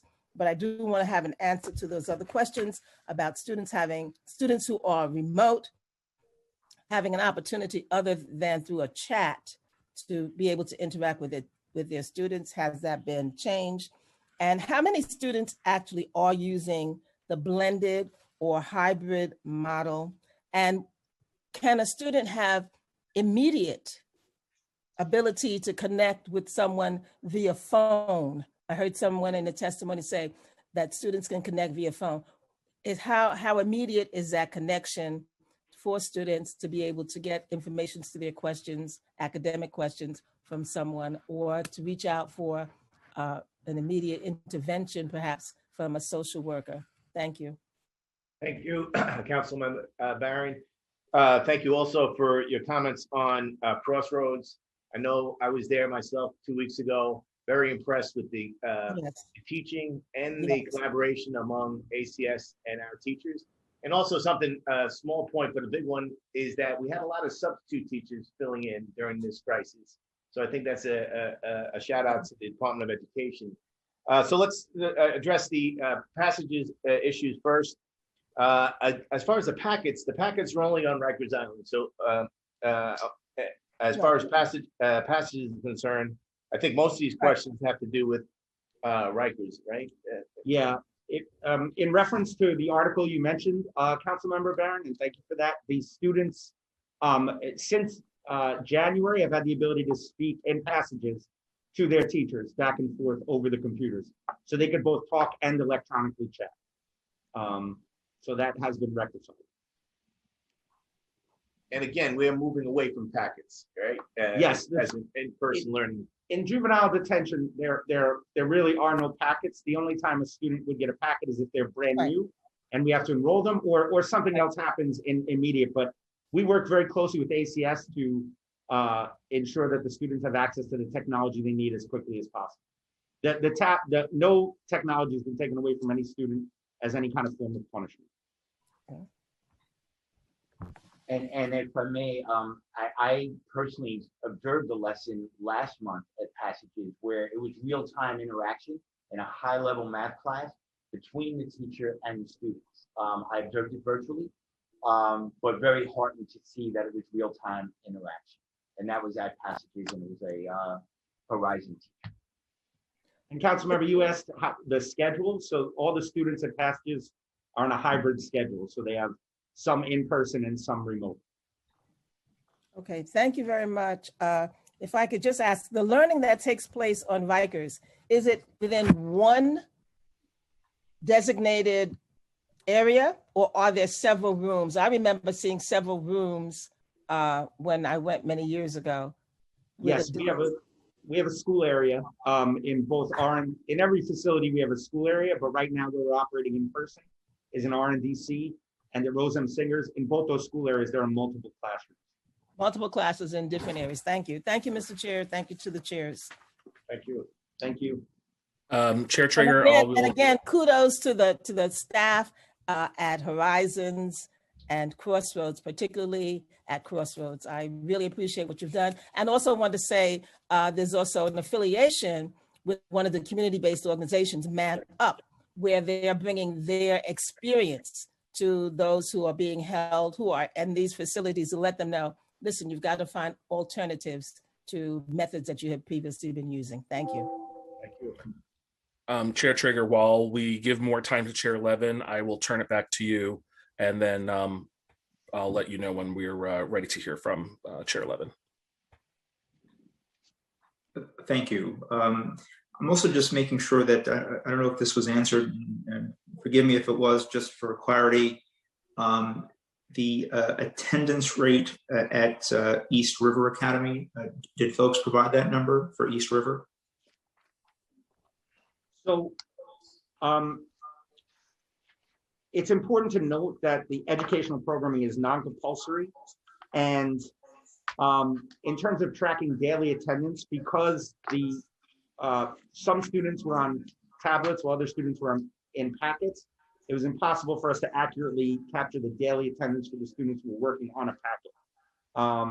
Our recent return to blended learning should allow us to get a more accurate picture moving forward. And so we just we don't have accurate daily attendance data to share because of the use of the packet system. But what do you have available for us today that you might need to get back to us in additional days, but do you have anything you could say about attendance at East River? Because that seems to be a pretty concerning answer. I mean, we just don't want to share the data that we have because because of the packets, it's not an accurate reflection. So we want to, now that the students are in person, we'll be able to supply more accurate attendance data in the weeks moving forward. We just started in person on April 5th. Right, but schools were still taking attendance even with the different blended models, and I'm sure that that's still being required. Is there anything you could share with us today? Unfortunately, not today. Again, as Deputy Marinacci said, that I'm not sure we would characterize it as a blended model before our teachers and staff were back on site on April 5th. It was really the packets. It was hard to really kind of manage what that looked like. Was a student doing it all in one day? Was a student doing, taking each day a little bit of time? So we really, unlike the rest of our district, and I understand, and the rest of the system, we didn't have a process whereby to do that. Now, since April 5th, that students are being taken to the school floors, escorted to the school floors, both in Rose M. Singer and RNDC, we now will have, by the end of next week, 4 weeks of data that will tell us what the actual attendance rate is, based on who's coming into the school floor and interacting with teachers. I know not a satisfactory answer, but it's the only one we have at the moment.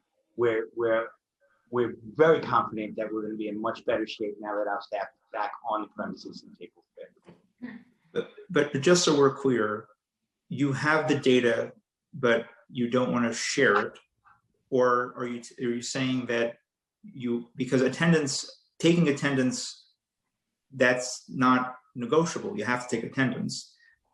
Do you have the data and you just don't want to share it today? Is that correct?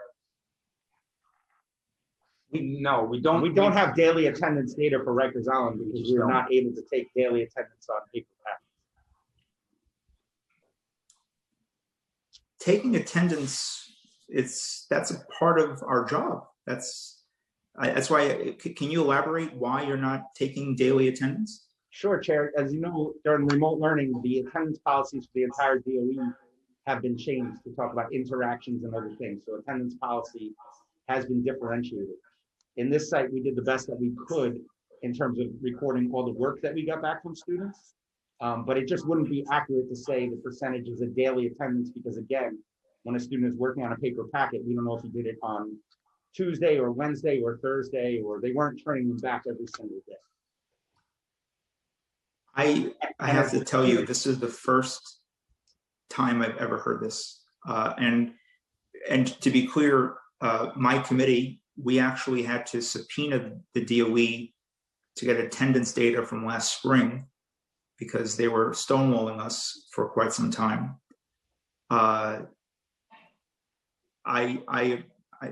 This is not just not satisfactory. This is bizarre, and this is very concerning because even if the data is concerning to you, we need to know that because we need to know how to target more support to where it's needed the most. Attendance, is really important for us to know. Even with handouts, there are ways of communicating and there are ways of making sure that our students are accounted for and that they're okay. What can we do to get data and information in real time about students showing up or participating? Because not knowing that's just not acceptable. So now that our staff is on the premises, we can give real-time data. And so we can actually, I said that by the end of this month, we'll have a month's worth of data, but I heard you clearly at the beginning of this hearing by this Friday. So we will give you by this Friday what the attendance has been since our staff returned on April 5th. Because that shows us who actually came to the school floor, who interacted with teachers. Prior to that, prior to our staff coming back, we don't have a way of measuring that daily attendance. I can't really, I'm sorry, say anything more than that. It's not stonewalling, sir, please. We're not, we're sitting here with all sorts of data. It is a totally unusual situation that existed at Rikers Island prior to us having staff back on April 5th. And our staff do not have the ability to reach out to students. Students are incarcerated in a housing area. You can't call a housing area the students who need to call us. Right, but you know, I'm just not sure if I can accept an answer that we just have had zero connection with students, like Well, zero. we didn't have zero connection. That's not accurate. We didn't have zero connection. Right, but right. So I'm saying if you were able to reach them to give them a packet, how are you not able to reach them to take attendance? We can gather information on the completion of the packet. We just couldn't, when you think about traditional attendance taking, it is the person physically in a classroom on Wednesday, April 21st. There's no way for us to accurately reflect that through the use of the packet. And so we want to make sure whatever data we provide is accurate. There's no phone calls. There's nothing else that can be done. We can't defer to the DOC, who we work very closely with, AC Torres and ED King, because the phones were made available in the housing areas. We had staff always ready to engage and interact, but we didn't control the phones, and there's no number, unlike anywhere else in New York City, that we have an opportunity to call in. So it was always a call out, and so that whole structure is just so unusual that it's the completion of the packets that's our proxy for attendance, but gauging that interaction as we define attendance, even in a remote paradigm, we couldn't do with other than through those packets. We just couldn't do until our return. Right. So how would a social worker know who needs services? How does the social worker make connections during this time? So the way our social workers did it was we would send communications through with the packets, with the schedule. You can call your social worker. We would send communications to the students about what's available and letting them know that they always have the opportunity to call. There were some students who did call, and we were able to engage with those students. And were there any notes taken about the number of kids who reached out to make connections versus kids who did not? Yes, we have data on we don't have it here, but we can get you the data on how many phone calls were made. The system just tells us whether or not a call was made, but our counselors, when they talk to students. So that's an example of a connection beyond just giving a packet.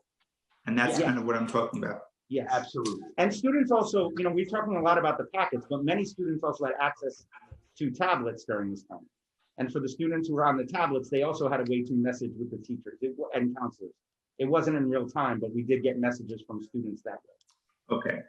I think Chair Levin is now back on. I'll turn to him. Thank you. We will go ahead and unmute Chair Levin.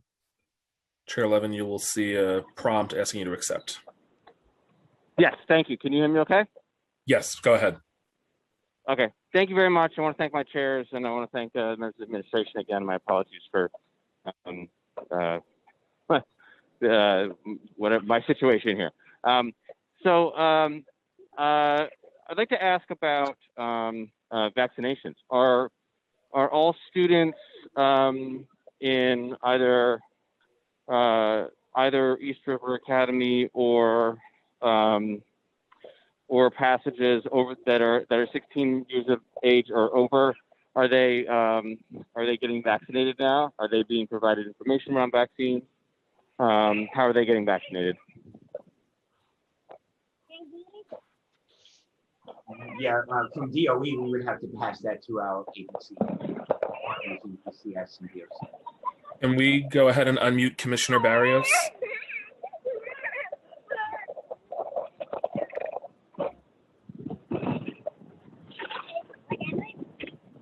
Thank you very much, Councilmember Levin.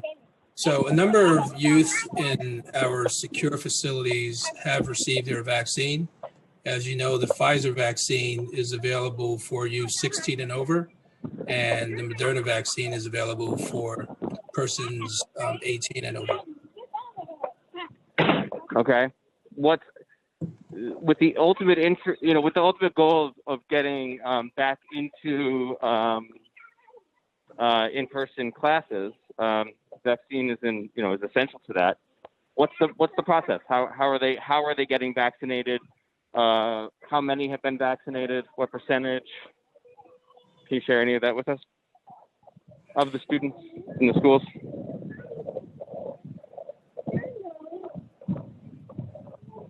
We already have a process in place to vaccinate youth in our secure facilities with support from the Vaccine Command Center and through our health services provider, the Floating Hospital. That process, however, requires both consent from the youth and the parent, assuming that young person is 16 and 17 years old. And obviously youth that are 18 and over can consent for themselves. As you know, there is currently not a mandate for young people to be vaccinated. But with respect to the question about how does that impact education, I'll defer to my colleagues at the DOE. Well, okay, yeah, but I do want to know some numbers. I want to know what percentage of youth I want to know what percentage of students that are eligible for the vaccine, so 16 years of age or older, at Passages, and then what percentage at East River Academy, who are all eligible for the vaccine, are vaccinated at least with one dose right now, and really would like to know one dose and 2 doses.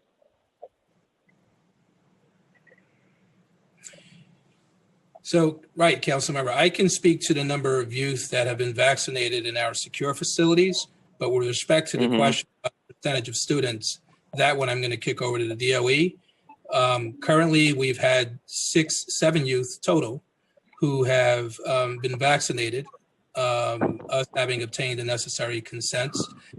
6 of the 7 have already received their second dose, and we are continuing efforts to try to provide the necessary information and education to both youth and parents so that they can make an informed decision about getting vaccinated. Okay, but that's 6 or 7 out of how many?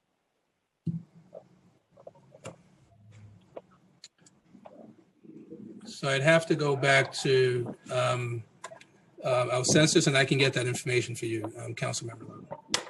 Okay, but that's out of like over 100, so that's under 10%, right? Approximately. Yeah, so that's obviously not acceptable. I mean, it's essential to have young people. I don't know what the process of obtaining that consent is, but maybe that could. I don't know who's in charge of obtaining the consent. Is that ACS, DOC, Department of Health? Who's in charge of that?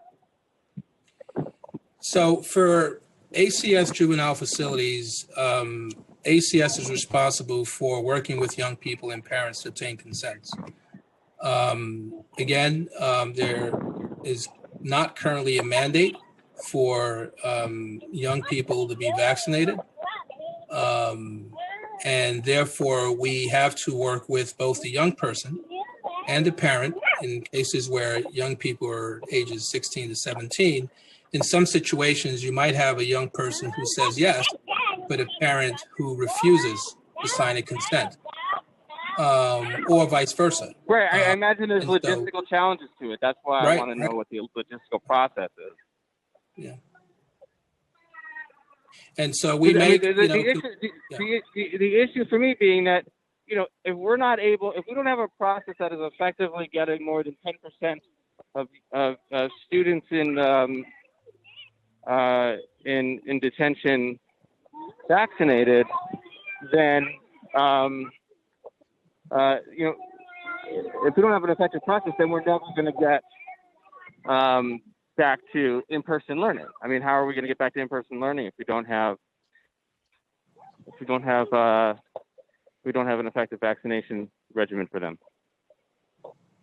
So we do have it, council member. As I stated, we have a process in place to both obtain consents and to provide. No, I understand there's a process, but the process right now is 10% effective or less. These, you know, young people, everyone over the age of 16 has been eligible for a vaccine, at the Pfizer vaccine for weeks now. So, you know, I would expect that number would be, you know, if it was 30% or 40%, that would be one thing. 6% is just that does not give me a lot of confidence that this is going to, you know, be widespread enough to be able to have in-person learning. So Council Member, if I may, I just wanted to clarify that in-person learning is available at our secure facilities. So whether or not kids are vaccinated has no bearing on their ability to receive in-person instruction. But we will continue to make efforts, and we have, to speak with more young people and parents, to provide them with the necessary information to make an informed decision about getting the vaccination. And the in-person option right now is entirely at the young person's discretion. No, sir. I'm going to defer to the DOE on that, but no. I think we need to refer to the DOC for vaccination on Rikers Island.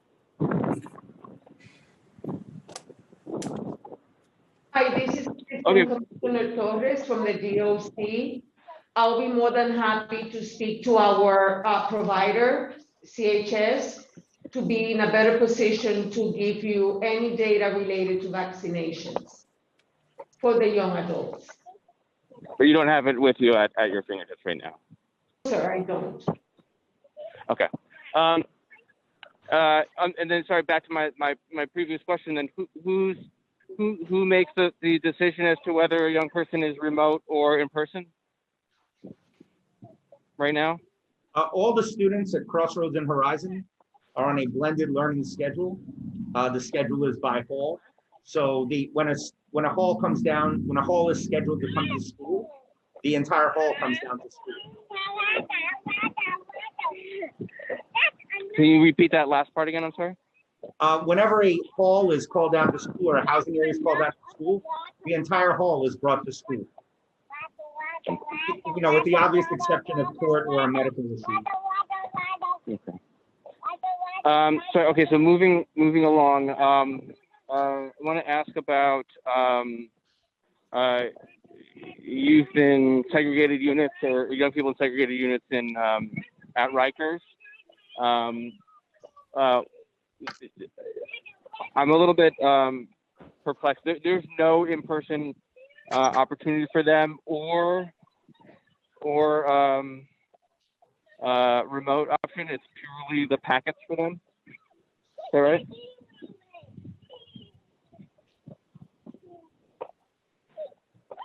I'm sorry, were you asking us that question, Chair Levin?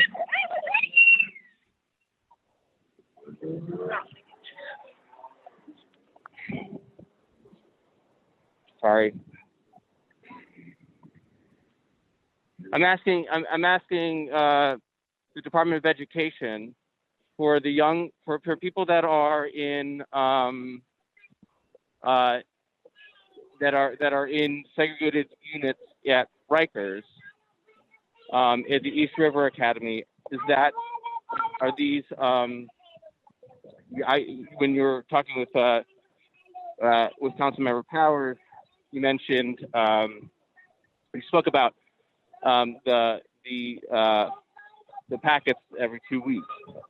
Are there's no in-person option for use in segregated units at East River Academy? I think it depends on what you mean by segregated units.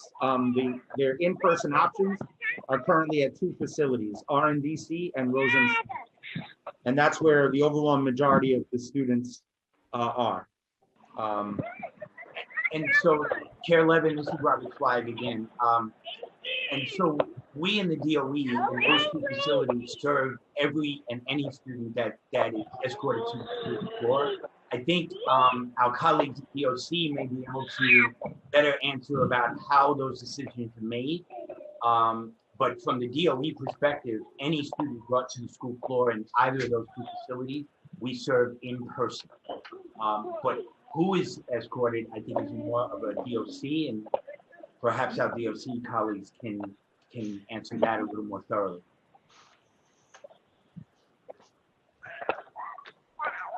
Hi, this is AC Torres from DOC. Could you please just repeat the question for us in order to give you an accurate response?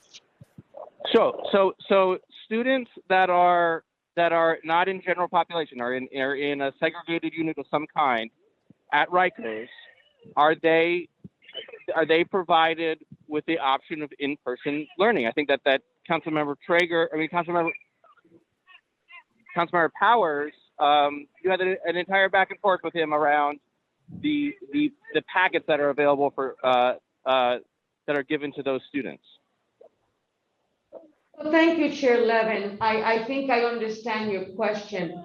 When it came to my statement to Chair Powers, I indicated to him that pre-pandemic, we had staff members from the Department of Education assigned to any of our restricted houses, which of course at the present time, due to staffing as well as the social distancing, we have not been able to do so.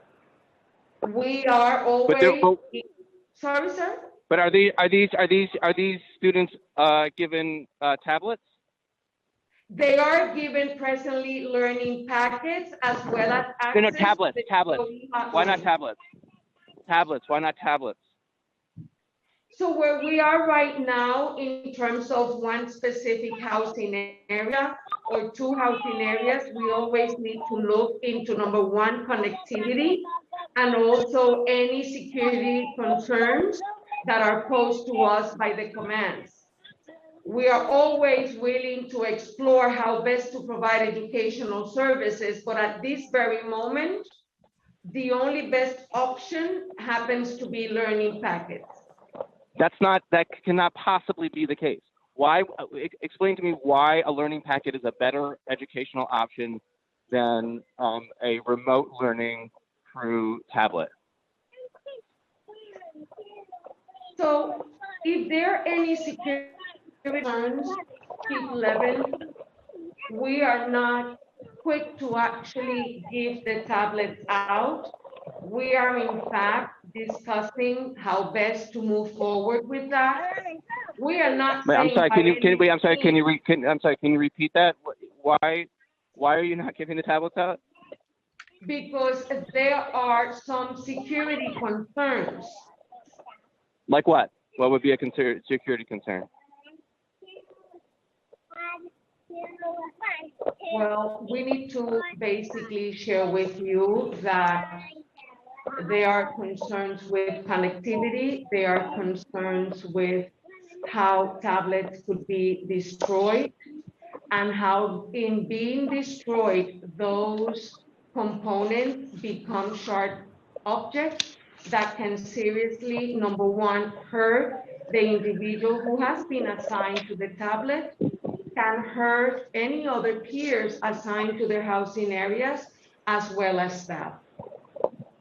So the concern is using a tablet as a weapon? Is that the concern? So the concern is dual. The concern is the possibility of security breach in terms of connectivity and as well as being used as a weapon. I'm sorry, I don't understand the connectivity issue. What's the connectivity issue? So there are areas within our facilities that even though we have created hotspots and we have gone out of our way to work closely with IT, that regardless of how much effort we put together or forth, we are still unable to assign a tablet that will establish connectivity. But that's not a security issue. That's just that's an IT problem. That's correct, sir. But we're a year into the pandemic and we haven't figured out the IT problem. So I'm sorry, but I might be at a loss, Chair Levin. I hope that you know that every effort is made to ensure that the best remote learning capability is afforded to any young adult who is interested and enrolled in educational services. Okay, but I'm sorry, but you cited two issues. One is the security issue where they could potentially break the tablet and use it as a weapon. I imagine a glass shard, for example, could be used as a weapon. Maybe the tablet itself could be used as a weapon. I think there's probably some way to address that issue as a security issue. The other issue you mentioned is connectivity. The connectivity issue there has to be a solution. You can get connectivity, in the South Pole. Like you can make. This is just Rikers Island. It's in the middle of New York City. You should be able to have a level of connectivity for a segregated housing unit, a restricted housing unit. I don't understand. So those are two issues that I'm saying. That if I was working on this, I would say, okay, so we have two problems to address, and I would work to find out how to address that problem, not come back a year into the pandemic and say, that's the reason why we're just giving people in restricted housing a packet, and we'll come back 2 weeks and see if you have filled it out. And if you haven't, then no big whoop. Anyway, that's your education. That's not an education. So I'm sorry. We are 13 months into the pandemic. We've had a lot of time to figure out a connectivity issue. And if we have to encase the iPad in a substance or some kind of secure encasement that makes it so it cannot be broken, and then chain it to the wall, fine. Then you can't take it out of your cell. I don't understand why that is so hard. So Chair Levin, we agree with you that we always need to explore how best to provide educational services. We are committed to doing so. Know that the tablets that we use are indeed in a very secure case that oftentimes is compromised. And so we will continue to explore how best to move away from the learning packets and go into a different route, whether it is through tablet or whether it is through, once again, video conferencing, which we are already affording at Rosensinger and RNDC. Okay. Obviously, I'm not satisfied with the status quo. So, second topic is I've read, and please correct me if I'm wrong, that tablets are being revoked from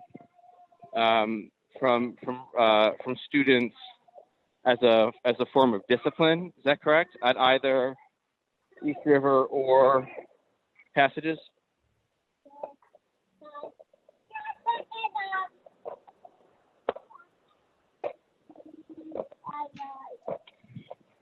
Yep.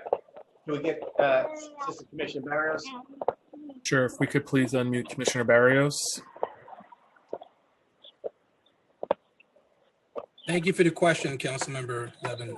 All youth in ACS's care are entitled to quality educational services, and we do not prevent any youth or students from participating in those services as a form of punishment.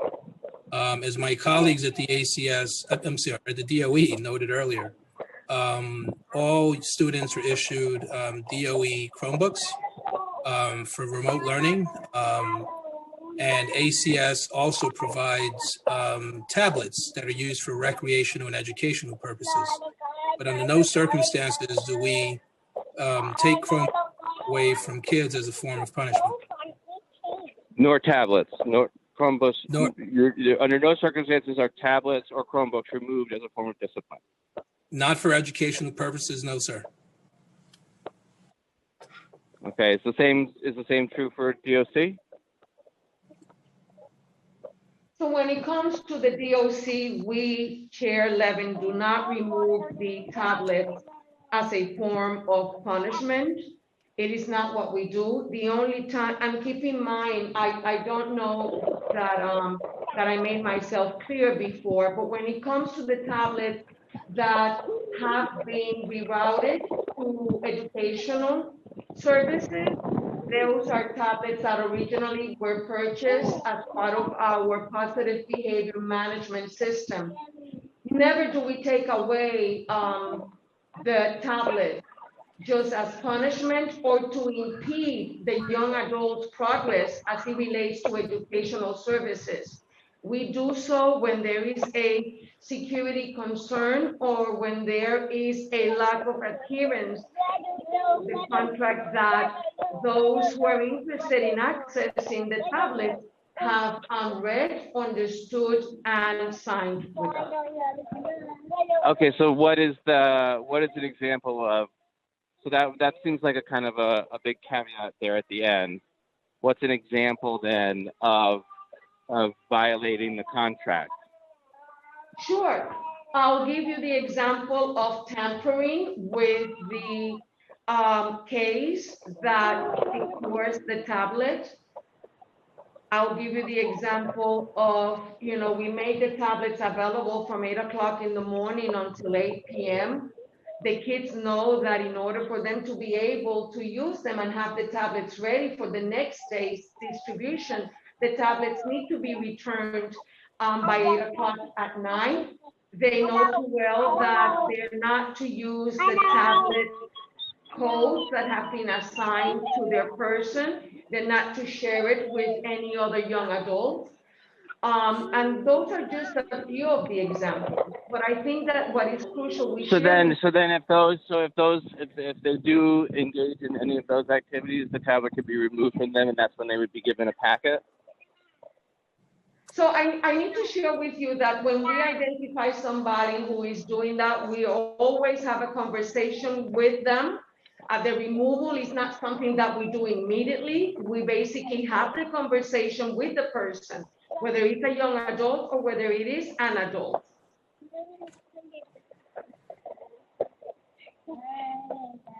And then I'm sorry, going back to ACS, ACS is different in that it's the Chromebook or the tablet is never removed from the student, or is there a similar contract?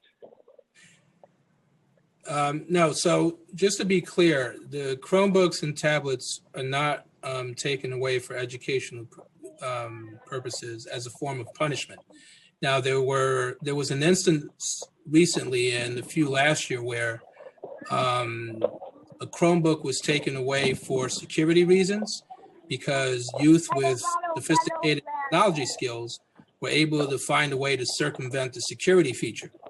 And so in that situation, the Chromebook was retrieved, the matter was reviewed, and then immediately after the matter was resolved, the Chromebook was reissued. The only other instance where a Chromebook was retrieved was where a youth broke the Chromebook. That Chromebook then had to be replaced. But just to be clear, we don't remove the devices when they're being utilized for educational purposes as a form of punishment. Okay.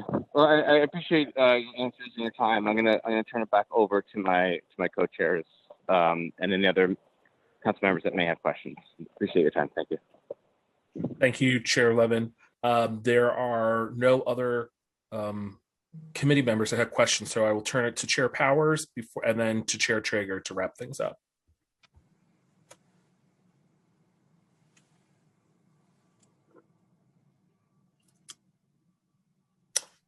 Oh, if Thank you. I'm going to hand it over to Chair Traeger for questions, and then we'll go on to panelists. So I'll let him, if he has additional questions, to get from there. Thank you. Thank you both. I think some of the parts that we did not hear really enough today is really the level of coordination between the key agencies. A lot of key agencies are involved in order to make this work. If one agency cannot do this work alone.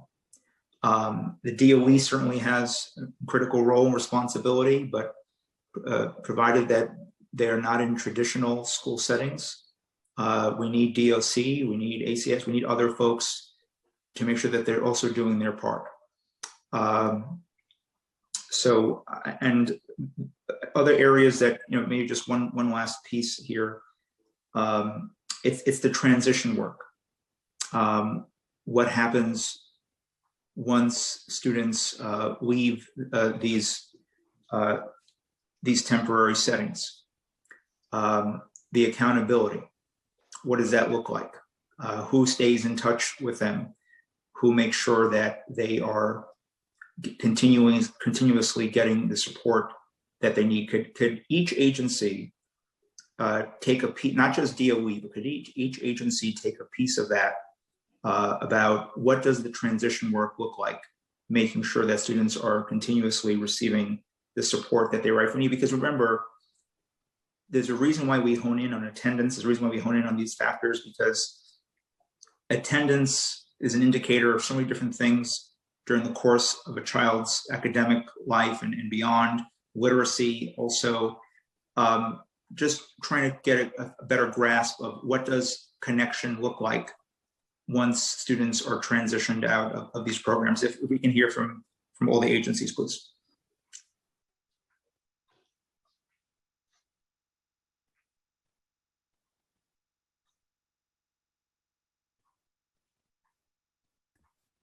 Can we unmute the Department of Education? And also, I just want to acknowledge that Councilmember Drum has his hand up. I'm so glad you brought this up, Chair Traeger. Thank you so much, because again, I mentioned in my testimony, in both schools, the transition counselor follows the student for 6 months into the community. And the other big thing that we have is all these relationships. And, during a crisis, these relationships really get manifested. You don't develop relationships during a crisis, right? It comes out, meaning that we have all these different sites in every borough. And as long as I've been doing this work, we have something called rerouting students, because it may sound really good while they're in detention. I want to go to this school, and then they get there and it's not the right thing. Our people reroute them to another place. And again, having District 79 with 400, whatever you have, 400 sites, there's all types of options like Superintendent Zweig mentioned with CTE and mental health. We have programs, high school equivalencies within mental health. So again, I want to really emphasize that 6 months follow-up with the students. And again, as you mentioned, it has to be collaboration, because there's multiple needs of our students, right? I was at Covenant House yesterday. Again, we have a lot of students who are homeless. So again,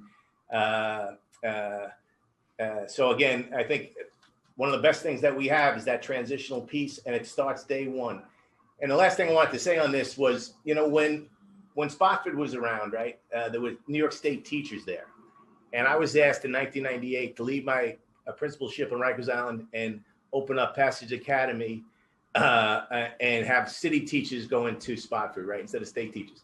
And the superintendent said to me, have a dynamite ninth year program and some 10th grade will be fine. But we found a high percentage of overage middle school students. And it broke my heart. You know, if you go to other counties, how many 8th graders do you have in lockup, in jail? So we for those students, overage, again, another indicator of dropping out is being left back, right, being retained.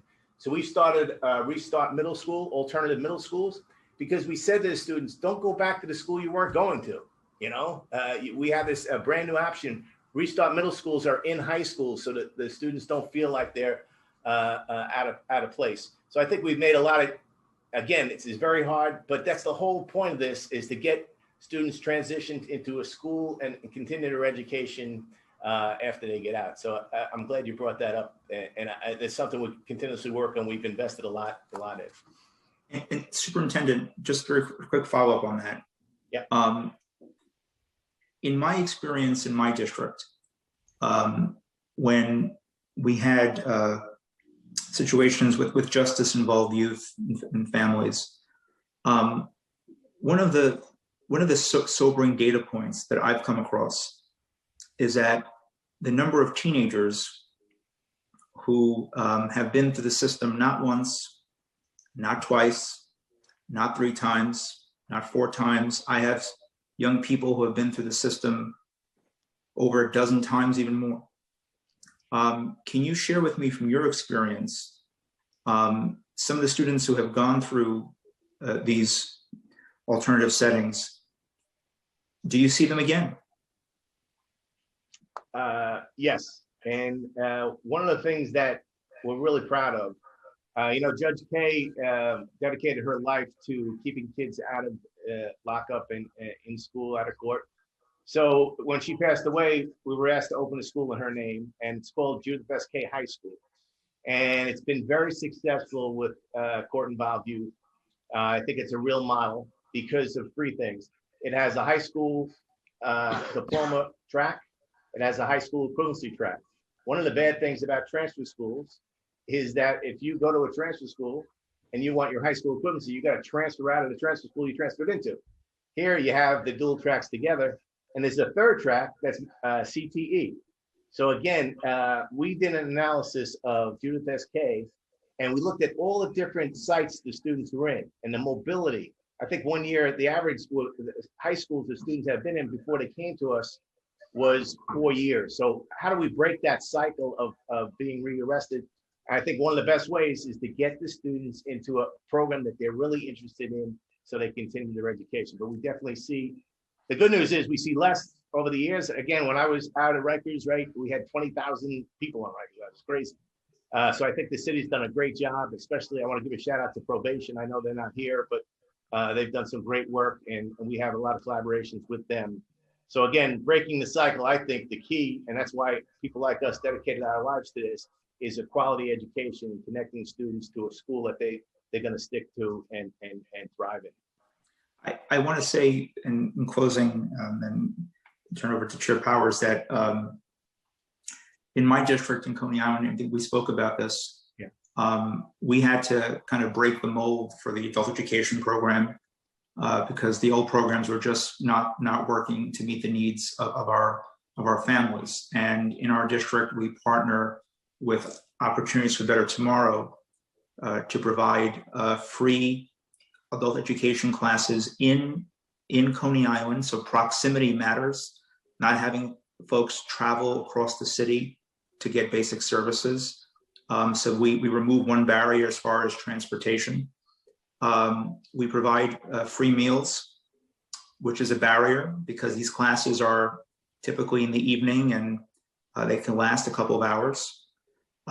We provide free childcare services connections.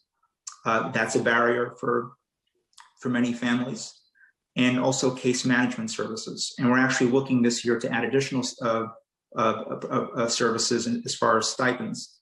So when we knock down all those barriers, we're actually, and we have seen retention rate, attendance rate pick up, the retention rate really improve, and the number of adults passing or passed a certain, whether some took the task, some took other type of credentials, measures, and they passed. So I think the more we knock down the barriers, the better. And that's a part of the work of breaking that vicious cycle. I know that Councilmember Drum has his hand raised and he's been very patient. So I'll turn over to Councilmember Drum. Time starts now. We can go ahead. There we go. Okay. Can you hear me now? Yes. Okay, thank you so much. Thank you, Chair Traeger, and thank you to Chair Powers and Chair Levin as well. I just want to say that I admire, and I've met with Mr. Lasante on a number of occasions when I was the chair of the Education Committee as well, to discuss the situation on Rikers Island. So I just want to say that, he's a very dedicated professional and, is working with very challenging conditions, as is his whole team. But I do think that with the line of questioning that occurred today and the answers that we've received, I think it's really important that we pass my legislation so that we can get a better grasp of what's actually occurring in passages and in the academy as well. So I just want to thank you and just move it along and say, hopefully we can get this legislation passed as soon as possible. Thank you. Thank you, Chair Drum, and thank you for your leadership on this issue from day one. Much appreciated. And I'll turn it over now to Chair Powers. Actually, no, Chair Traeger, this is, everyone has concluded their questions and comments. Well, yeah, and I just want to echo something I heard from Chair Drum about Superintendent Lasante. I agree. I've met with him. He's been very responsive, accessible to me and to his team. We just have a lot more work to do here. And but the DOE can't do this work alone. I mentioned it before. This is going to require a partnership, more resources. We need to be innovative with the use of federal and state resources that have come in now. And quite frankly, we need to make sure that we don't have young people having to go through this in the first place, quite frankly, and to build a more just system and a supportive system in our K-12 and beyond, because there are factors that let our young people here in the first place, and they shouldn't be there, quite frankly. But with that, I appreciate the administration's testimony here today. We have a lot more work to do, and with that, we'll now hear from the public. Thank you. Okay, that now concludes testimony from the administration. We will now turn to the public portion of this hearing. I would like to remind everyone that we will be calling people in panels of persons of 4 to 5. Everyone is limited to 2 minutes. The Sergeant at Arms, when we call your name, will announce when you may begin. And we ask that when time is called, if folks could wrap up their final thoughts before we move on to the next panelist. So for panel 1, we are going to call Julia Davis, Children's Defense Fund, New York; Charlotte Pope, Girls for Gender Equity; Danielle Gerard, Children's Rights; Chavanese Deirdre, Trinity Church, Wall Street; and Giselle Castro, Exalt.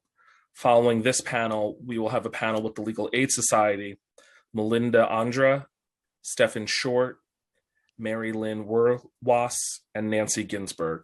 So for panel 1, we will first start with Julia Davis. Time starts now. Thank you, chairs. I'm Julia Davis. I'm the Director of Youth Justice and Child Welfare at the Children's Defense Fund.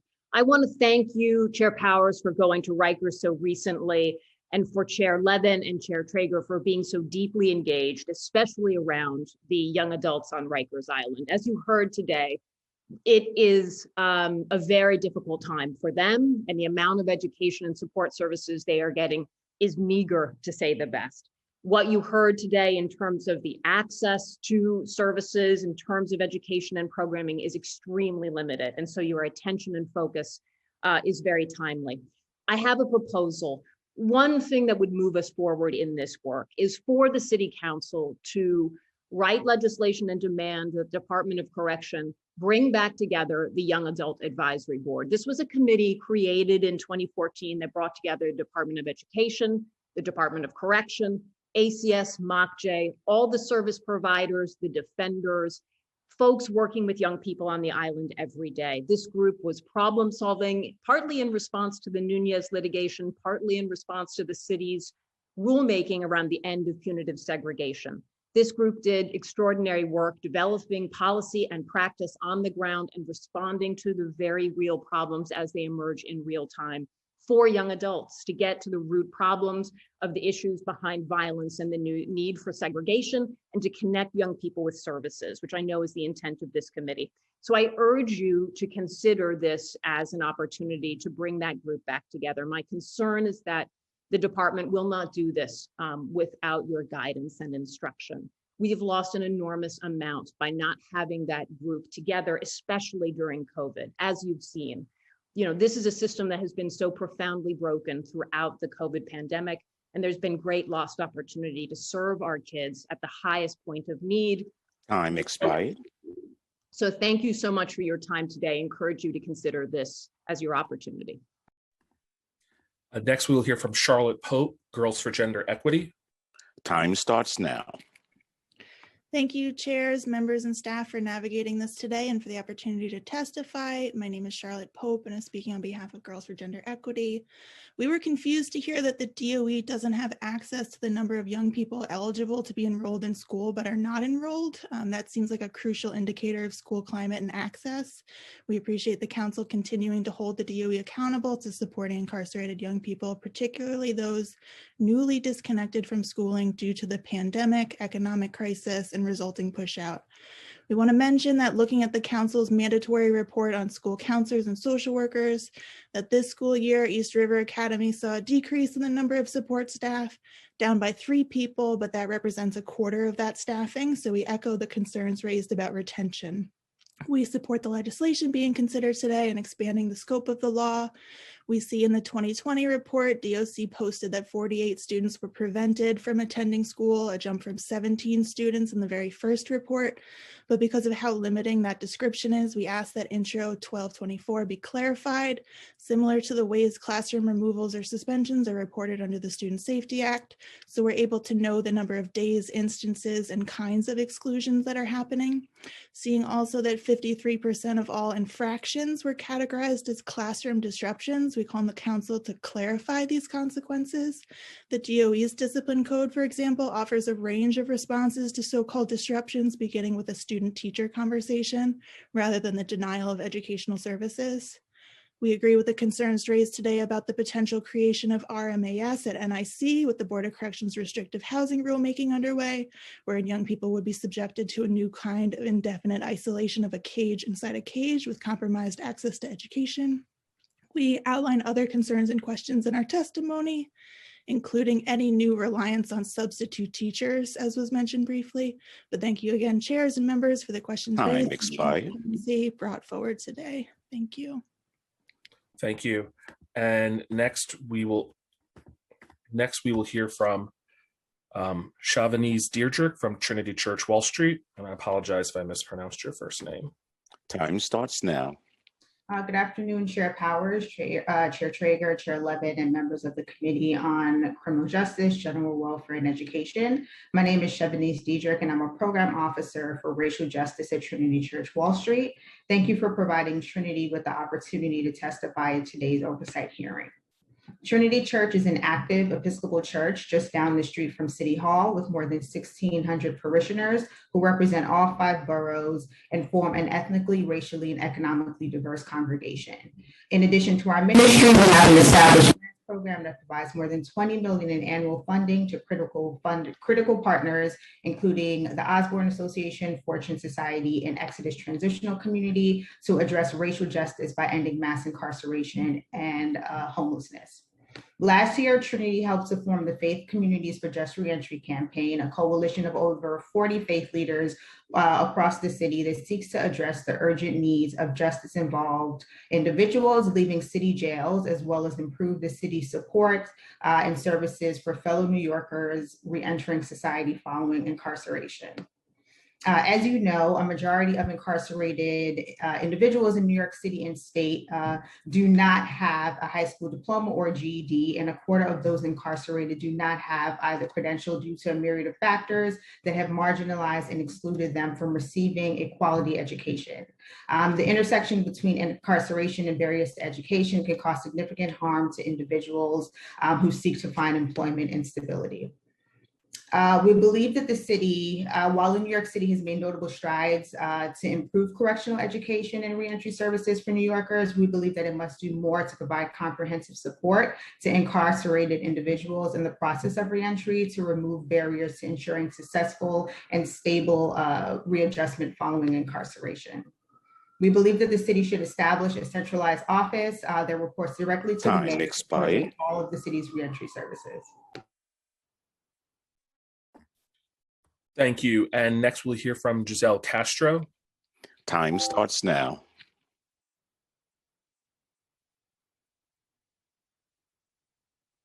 You'll see a box come up asking you to accept. There we go. Thank you. Thank you. Just did. Good afternoon, everyone. Good afternoon, Chairmen.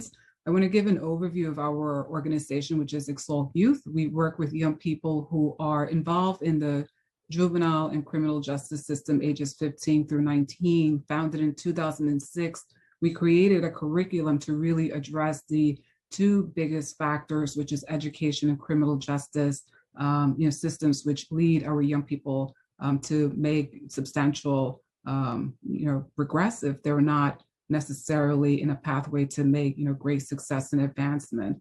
Overall, I want to highlight some of the things that were addressed already this morning, which are the challenges that our young people face when they are in detention, and especially right now during a COVID and a pandemic era, where so many young people have been left behind. Last year in March of 2020, and I cannot believe it is already almost a full year, Exalt, we pivoted into a virtual platform, making sure that our young people had access to not just a laptop, but also to their digital services. With that opportunity, we were able to work with ACS, and we service over 20 young people who have been able to make some great and substantial progress. It is our hope as an organization that services the 5 boroughs to have an opportunity to make a greater impact, knowing and understanding that our young people who are detained at this moment, they have multiple challenges and multiple barriers to make substantial progress, hopefully when they resume to school in the beginning of the fall. Very quickly, I want to give an overview of our model. I have the testimony. If folks want to read it, they will be able to do so. But in the last few years, we have been able to not just support young people who have been in the close to home facility, but we have been able to work with young people who have been time expired 79 and in other school systems to make sure that our young people are not just making gains academically, but moving away from the criminal justice system. And my time expired. Once again, thank you all so much for this opportunity. Thank you. And I do just want to remind everyone that folks can make sure that they submit their written testimony to testimony@council.nyc.gov. We accept testimony up to 72 hours after the close of this hearing. The next panel will be from the Legal Aid Society, Melinda Andra, Stephen Short, Mary Lynn Worlwas, and Nancy Ginsburg. We will first start with Melinda. Time starts now. Hi, good afternoon. My name is Melinda Andra. I'm an attorney in the Education Advocacy Project of the Juvenile Rights Division of the Legal Aid Society. We very much appreciate the City Council's efforts to provide adequate funding and oversight for the DOE, and in particular, we appreciate the City Council's attention to the needs of children and youth who are incarcerated and who, as Councilman Treyger pointed out, are among the most vulnerable of New York City's children. A 2014 Vera study by the Vera Institute indicated that up to 85% of those children that were incarcerated identified as having suffered traumatic events, including abuse, neglect, and contact with domestic violence. When screened, up to a third of those children were found to have PTSD and depression. So this is a very vulnerable group of students. As Mr. Lasante pointed out, about 65% of the children at Passages Academy, which is a school that serves children under 18 that are in secure, non-secure, and limited secure detention, do have disabilities, have been identified as having learning disabilities. A great number of students that have not been identified also are behind in their academic skills for a variety of reasons, and perhaps have not been tested or have other factors that have led to them being behind in their academic achievement. So this is an extremely vulnerable group of students.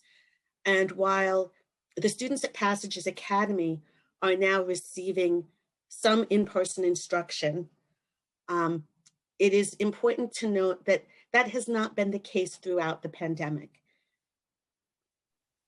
From March 16th through the summer of 2020, students attending Passages Academy did not have any contact with their teachers unless they made the affirmative Time expired. attempt, to reach out to them. And many students who required individualized attention did not receive it. It was only in September when students at Passages were able to see and hear their teachers, and only in February were they able to speak with their teachers through the microphones in their devices. So we are asking that the City Council continue to support the Passages Academy and to do its utmost to remediate the learning loss that these students have suffered by doing its utmost to ensure that the DOE provide daily in-person instruction to these students, and to ensure that funding is provided to ensure continuation of the tutoring programs that have been established for them beyond the 2021 school year. We also ask that the DOE create a system for quickly determining and delivering compensatory educational services to students with disabilities that did not receive the full amount of special education services to which they were entitled. Thank you very much. Thank you. And next we'll hear from Stephen Short. Time starts now.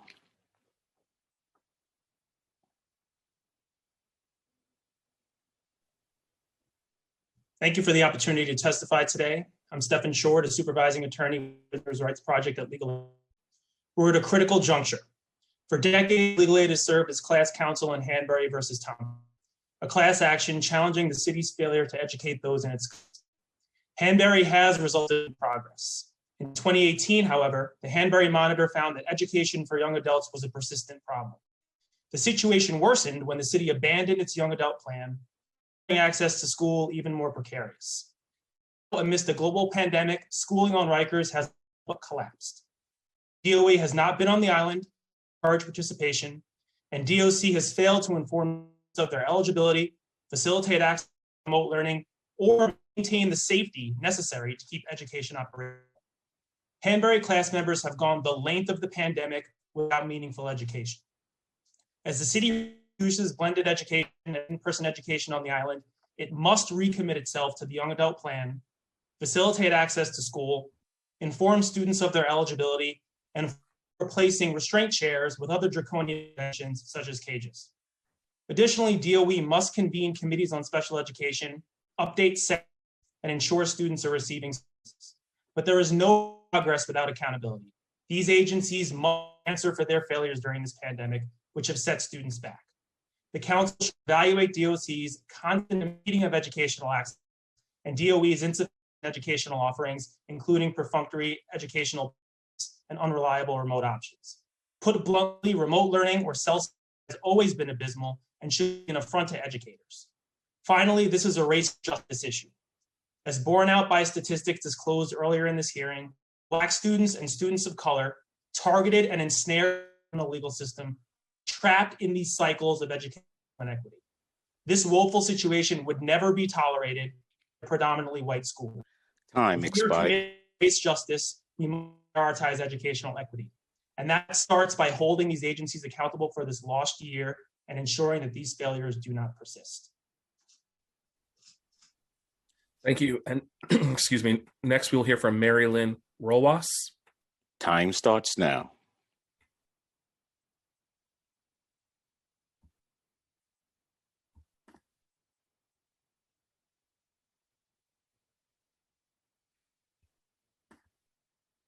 Oh, Marilyn, one moment. Sorry, you should see a window come up asking you to accept the unmute.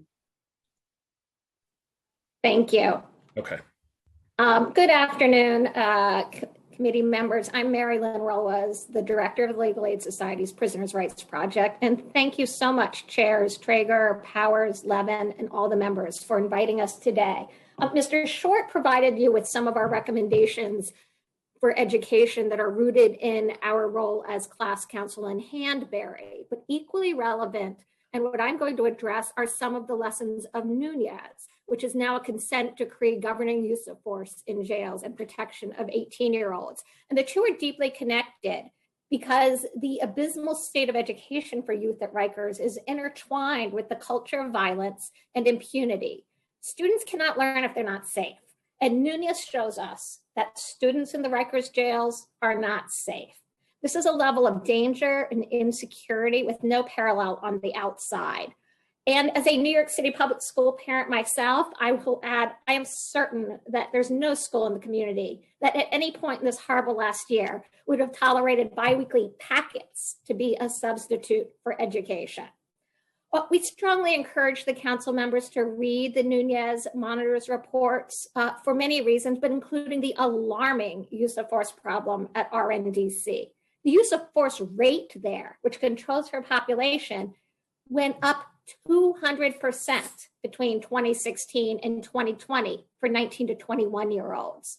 A significant driver of this violence is staff instigation of conflict and over-reliance on probe teams and alarms, and the department's operational decisions to default to placing youth in highly restrictive settings where education demonstrably cannot be provided. If the Department of Correction does not demand competence from its supervisors and leadership in implementation of the school program and reduction of violence, it will not reduce the violence in our jails and will fail the students who are trying to learn there. Then there's just no excuse for the failure to hold supervisory staff, wardens, deputy wardens, captains, responsible for what is happening in these facilities. Thank you. Thank you. And finally, we will hear from Nancy Ginsburg. Time starts now.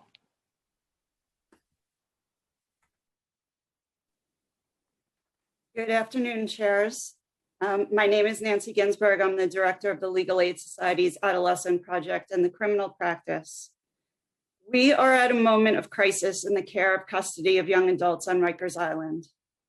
And a meaningful conversation about delivery of school services cannot happen until security is restored in RNDC, the building that holds the young men.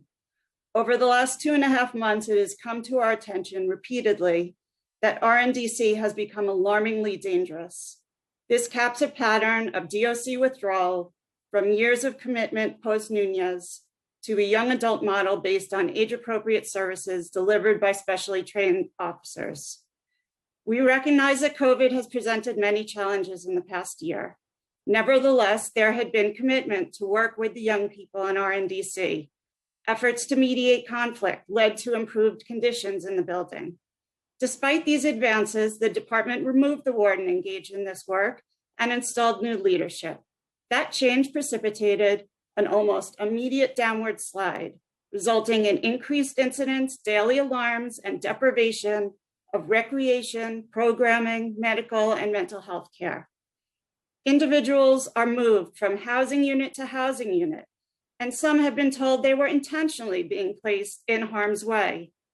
Creating unnecessary conflict has led to record high numbers of young people transferred to restrictive housing. Our clients, in addition, have not been produced for counsel visits. In addition to increasing the amount of time sequestered in their housing areas, the decision was made to take away the tablets from all young adults. There are no tablets in RNDC. Further exacerbating these conditions, during a time when the building is closed to the public, K2 and other illicit drugs are being brought into RNDC, causing some of our clients to suffer serious adverse reactions. In 2016, the department created an advisory board focusing on adolescents and young adults, and we are calling on the council to call again for creation of this advisory board. There is no reason to believe any longer that the department will do right by the young adults and will follow a specialized young adult plan without outside oversight and input. Thank you very much. Thank you. That concludes the testimony for this panel. Chair Traeger, did you have any questions for this panel or the first one? Because I forgot to ask after the first panel. And council members, please remember, if you ever have questions, please use the raise hand function on Zoom. That concludes the testimony for this panel. And next, we will hear from, and I apologize if I mispronounce names, Stephanie Betances from Brooklyn Defender Services, Nikki Woods, New York County Defender Services, Crystal Baker Burr, Bronx Defenders, and Kelly Grace Price, Close Rosies. We will first go ahead and start with Stephanie. Time starts now. Good afternoon. My name is Stephanie Betances, and I am a mitigation specialist on the adolescent representation team and in the education practice at Brooklyn Defender Services. Thank you for the opportunity to testify. BDS's adolescent representation team works to eliminate contact and involvement within the criminal legal system for youth aged 21 and under through legal representation, advocacy, and social work services. Our specialized education unit provides legal representation and informal advocacy to our school-age clients and to parents of children in New York City schools. We frequently work with young people who are detained in the city's juvenile detention facilities and on Rikers Island. BDS commends the City Council for its attention to education services provided to young people in the city's jails and detention centers. We believe children learn best when they are in their homes and not behind bars. The best way to provide educational support to young people would be to avoid putting them in jail and instead focus on diverting them from the criminal legal system altogether. But as long as young people continue to be incarcerated, there are many ways the education provided to them can be improved. For over a year, young people have been held on Rikers Island with virtually no programming and only minimal education services available to them.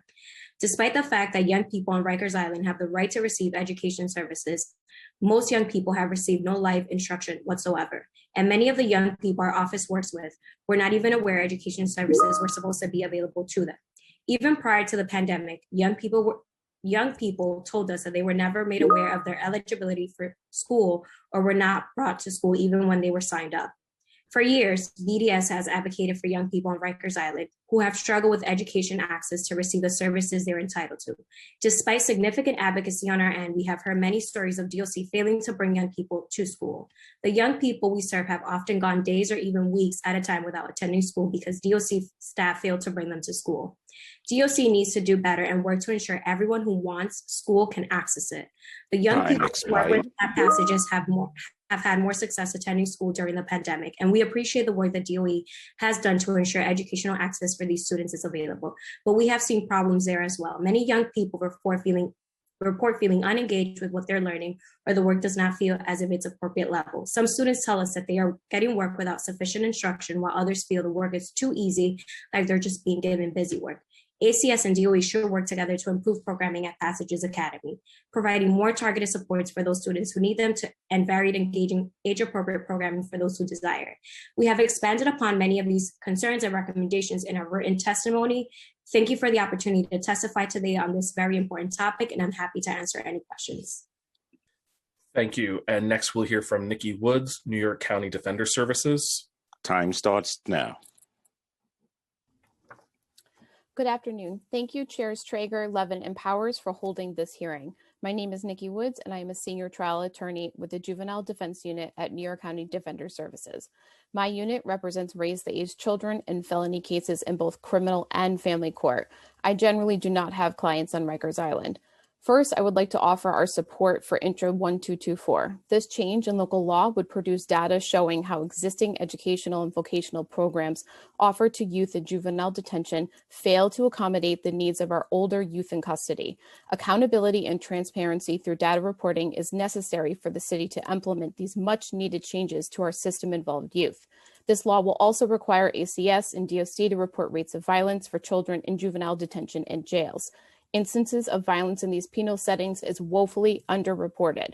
The truth is that our youth in jails and in juvenile detention are not safe, and this must be addressed immediately. Exposing this violence, whether at the hands of their peers or detention staff, is crucial to creating better systems of accountability and for building programming that immediately addresses and curbs violence in juvenile detention. Passages Academy currently offers youth in detention and in placement an opportunity to earn credits towards high school diploma. Many older youth who enter detention or placement have not attended school in a long time, and they are undercredited for their age. These students may require one-to-one tutoring from paraprofessionals, but these services are rarely available. HSC programs are also available to eligible undercredited youth. These programs help re-engage youth in school.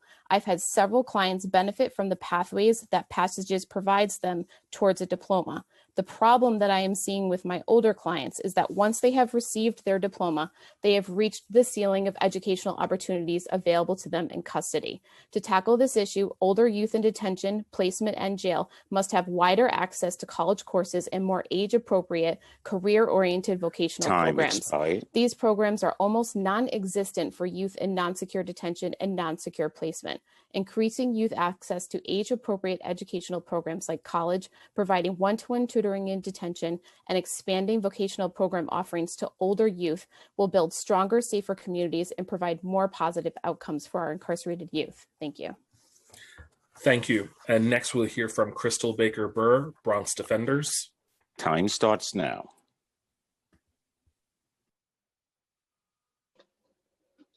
Thank you, Chairs Traeger, Powers, and Levin, and the members of the committees for the opportunity to speak to you today.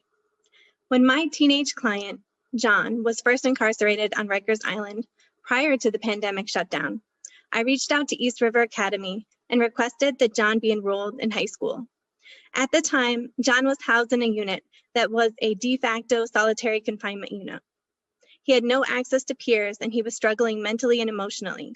He wanted to progress in school and have access to learning, to keep his mind occupied and focus on something positive, but he was never given that opportunity. It has been over a year and John has not had a single in-person or synchronous virtual class. He has been denied his right to an education. Last fall, John was given a packet of papers, educational materials for various subjects, and told that this packet constituted the entirety of his education for the year. John is a student with a disability and struggles with literacy. He has been out of school for some time. John had no teacher, no peers, not a single person to go to with questions.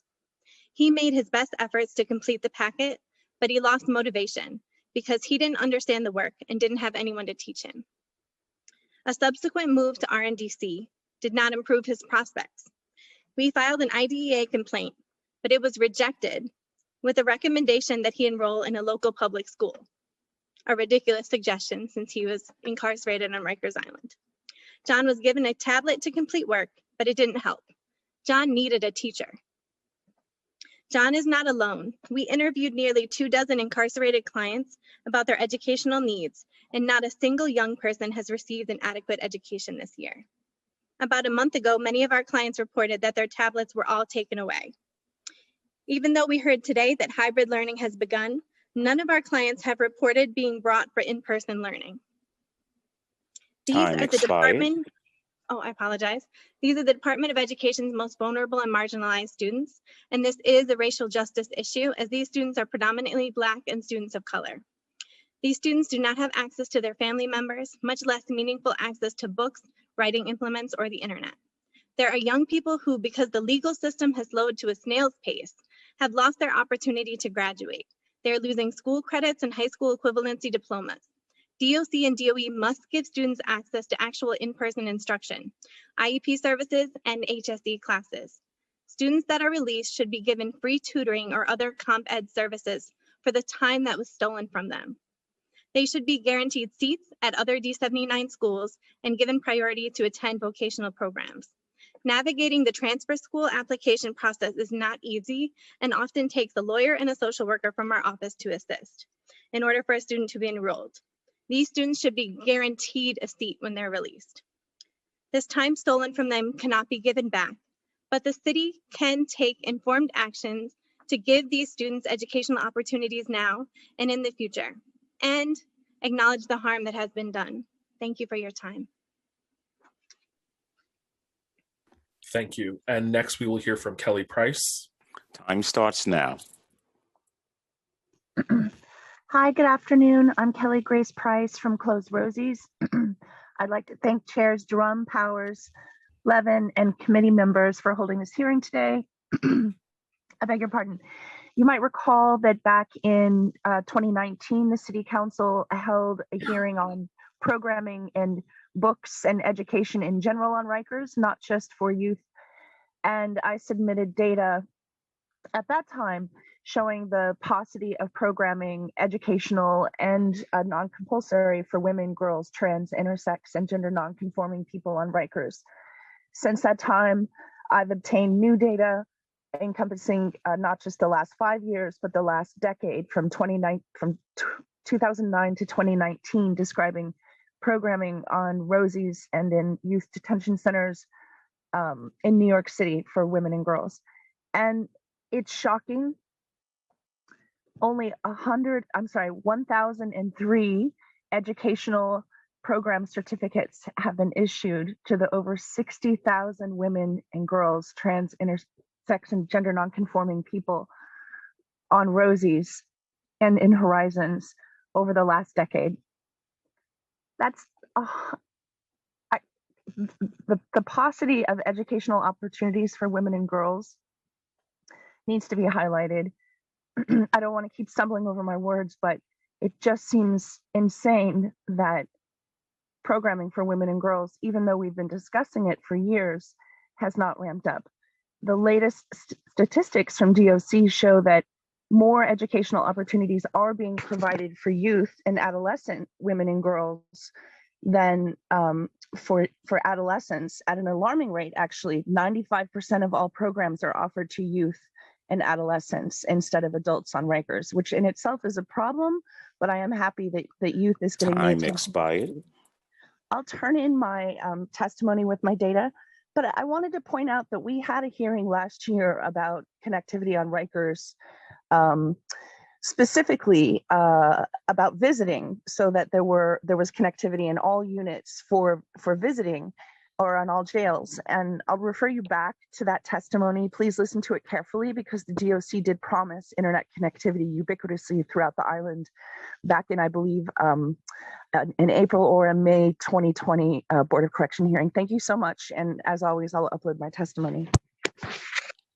Thank you. Councilmember Drum has a question. If we can go ahead and unmute Councilmember Drum. Thank you very much. Thank you, Grace, for your testimony also. My question is really to Crystal Baker Burr. Is she still here?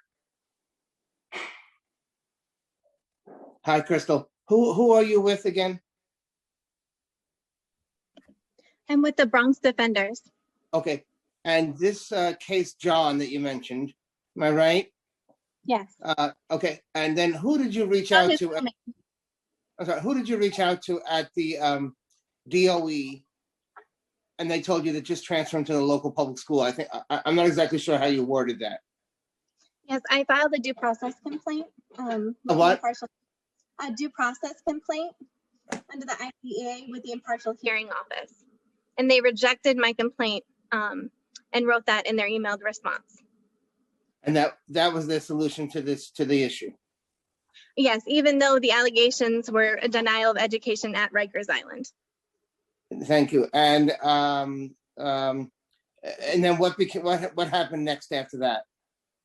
We continue to advocate for that client to receive educational services. To date, that client still has not had any in-person education or virtual synchronous classes, and he is at RNDC. Is at RNDC right now? How long has he been there? RNDC less time, but for over on Rikers. Give it 6 months, yes. On Rikers, over a year. Over a year on Rikers without any educational involvement. Yes, Is he and he is with a disability. Is he in restrictive housing? No, he was for a time, but now is at in general population, Okay. and has been for over 6 months. Okay, thank you. I mean, this is just an incredible thing that I'm hearing. I mean, it's somewhat familiar, unfortunately, but I just wanted to be sure I got the details of it right. Thank you. No, thank you for your questions. Do any other committee Yes, members? I have just a quick follow-up, and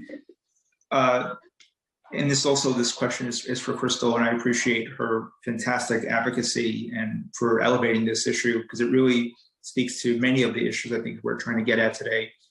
I don't know if you heard earlier the exchange that I had with DOE about IEPs, and they phrased it that they're somehow allowed to be more flexible with IEPs in these settings using a different terminology. But it's my understanding, I'm not an attorney, but it's my understanding that the rights of kids travel with them even to this setting, that those rights don't disappear. They travel with them to this setting, and the DOE needs to find ways to accommodate. Is that your interpretation as well? Yes, Chair Traeger. They still are students with disabilities, and they have, federally protected rights and state protected rights. There is flexibility given the, type of housing and the nature that they are incarcerated, but I would still say that more has to be done, and that the Department of Education is still violating these students' protected rights at this time. And I'd love to speak with you more after this hearing about that. Yes, and I also would love to learn, because the DOE was kind of vague about what services they feel that they cannot render or provide.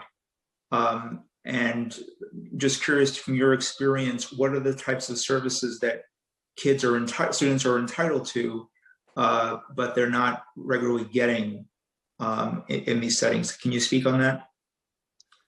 I can speak on that, and I can actually amend some of our written testimony to provide more information, even more information on that. But I think many of our students, especially ones that have been disconnected, maybe they signed themselves out, right, of services, and they didn't have an IEP at their last school, or they were out of compliance. And so when they enter a school at Rikers, they don't have a most recent IEP, so they're not getting any services at all, or it's not showing up that they need them. But East River Academy still has a responsibility to identify students with disabilities and provide them services, and we're not seeing that happen as frequently as it should, especially in this remote setting where you can't tell if a student has a disability when they're completing a packet that you may or may not be retrieving, right? But they still have that responsibility to identify those disabilities and provide services to those students. And Crystal, in the traditional settings, when you're talking about an IEP, there's a school psychologist involved. Can you speak to the extent that school psychologists are involved here, because that is also part of the mandated process? Can you speak about that? Yeah, actually, it's something that me and some of my colleagues at the other defender organizations have identified as an issue currently. We have clients that do need to be reevaluated, right? They haven't been evaluated, some of them since middle school, and now they're 18 and 19 and still need support services to learn, right? We've made referrals for certain students to be evaluated, and we're told, I've been told that those students aren't enrolled, students that have been actively doing work on tablets, but they weren't connected to, and they aren't saying that they are a student that's enrolled, so that's been an issue. I've had the response that, oh, once they're enrolled, then we'll evaluate them. But then the enrollment process takes months at a time. Other people have had issues where they're told that they can't do the in-person evaluations, or they have to set up a phone call time to do an evaluation for a young person, or that they just review prior education records based on the current situation with the pandemic, but that's also not appropriate and doesn't get to the students' individualized needs. So that is something that does need to be improved as soon as possible, so that we know what supports these students need. That's exactly it. We need to know what they need, and we need trusted voices to tell us that. And school psychologists can really play that role in addition to social workers and others. So thank you for that very sobering information, but very important information. I don't know if Chair Drum has a follow-up. He does, and also just for the record, we just want to say that we were joined by Councilmember Salamanca, but Councilmember Drum. Time starts now. If we could re-unmute him. Yeah, just very quickly, Crystal, did you bring this to the attention of Mr. Lasante? We've been in communication with leadership in District 79. Mr. Lusante has been very helpful on many different issues. He's wonderful, but he is one person, right? And we believe that these issues are more broad spread than just one individual client. And they're systemic issues across the board. Yeah. Okay, thank you. Seeing no other council members raising their hands, if there are any members of the public that we inadvertently missed in calling, if you could please use the raised hand function on Zoom, we will call you to testify now. Seeing none, Chair Traeger, I will turn it back to you for closing remarks. I want to actually begin by just thanking Chair Drum. Chair Drum highlighted many of these pressing issues and has never forgotten about them, continues to fight, continues to push through legislation, action, advocacy. He continues to be a great resource for me. I am a lifelong learner, and I am learning from Chair Drum. And I'm very grateful for him for always centering the most vulnerable, marginalized students. And I shared before, and I want to thank all the amazing advocates and organizations for amplifying the sense of urgency here. I mentioned before about the young people in my district where it's not once through the system, it's not twice, it's 3 times, 4, it's so many.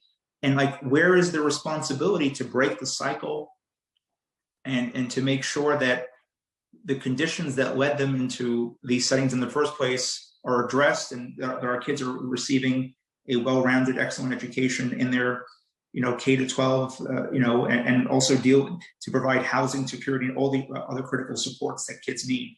And that's why we have so much more work to do to really fix this entire school system, but centering the kids who need help, the students who need help the most. So I just want to thank Chair Drum for always centering that sense of equity, and I really appreciate it. And again, thank my co-chairs, Chair Powers, Chair Levin, for their great work with their committees, and to all my colleagues.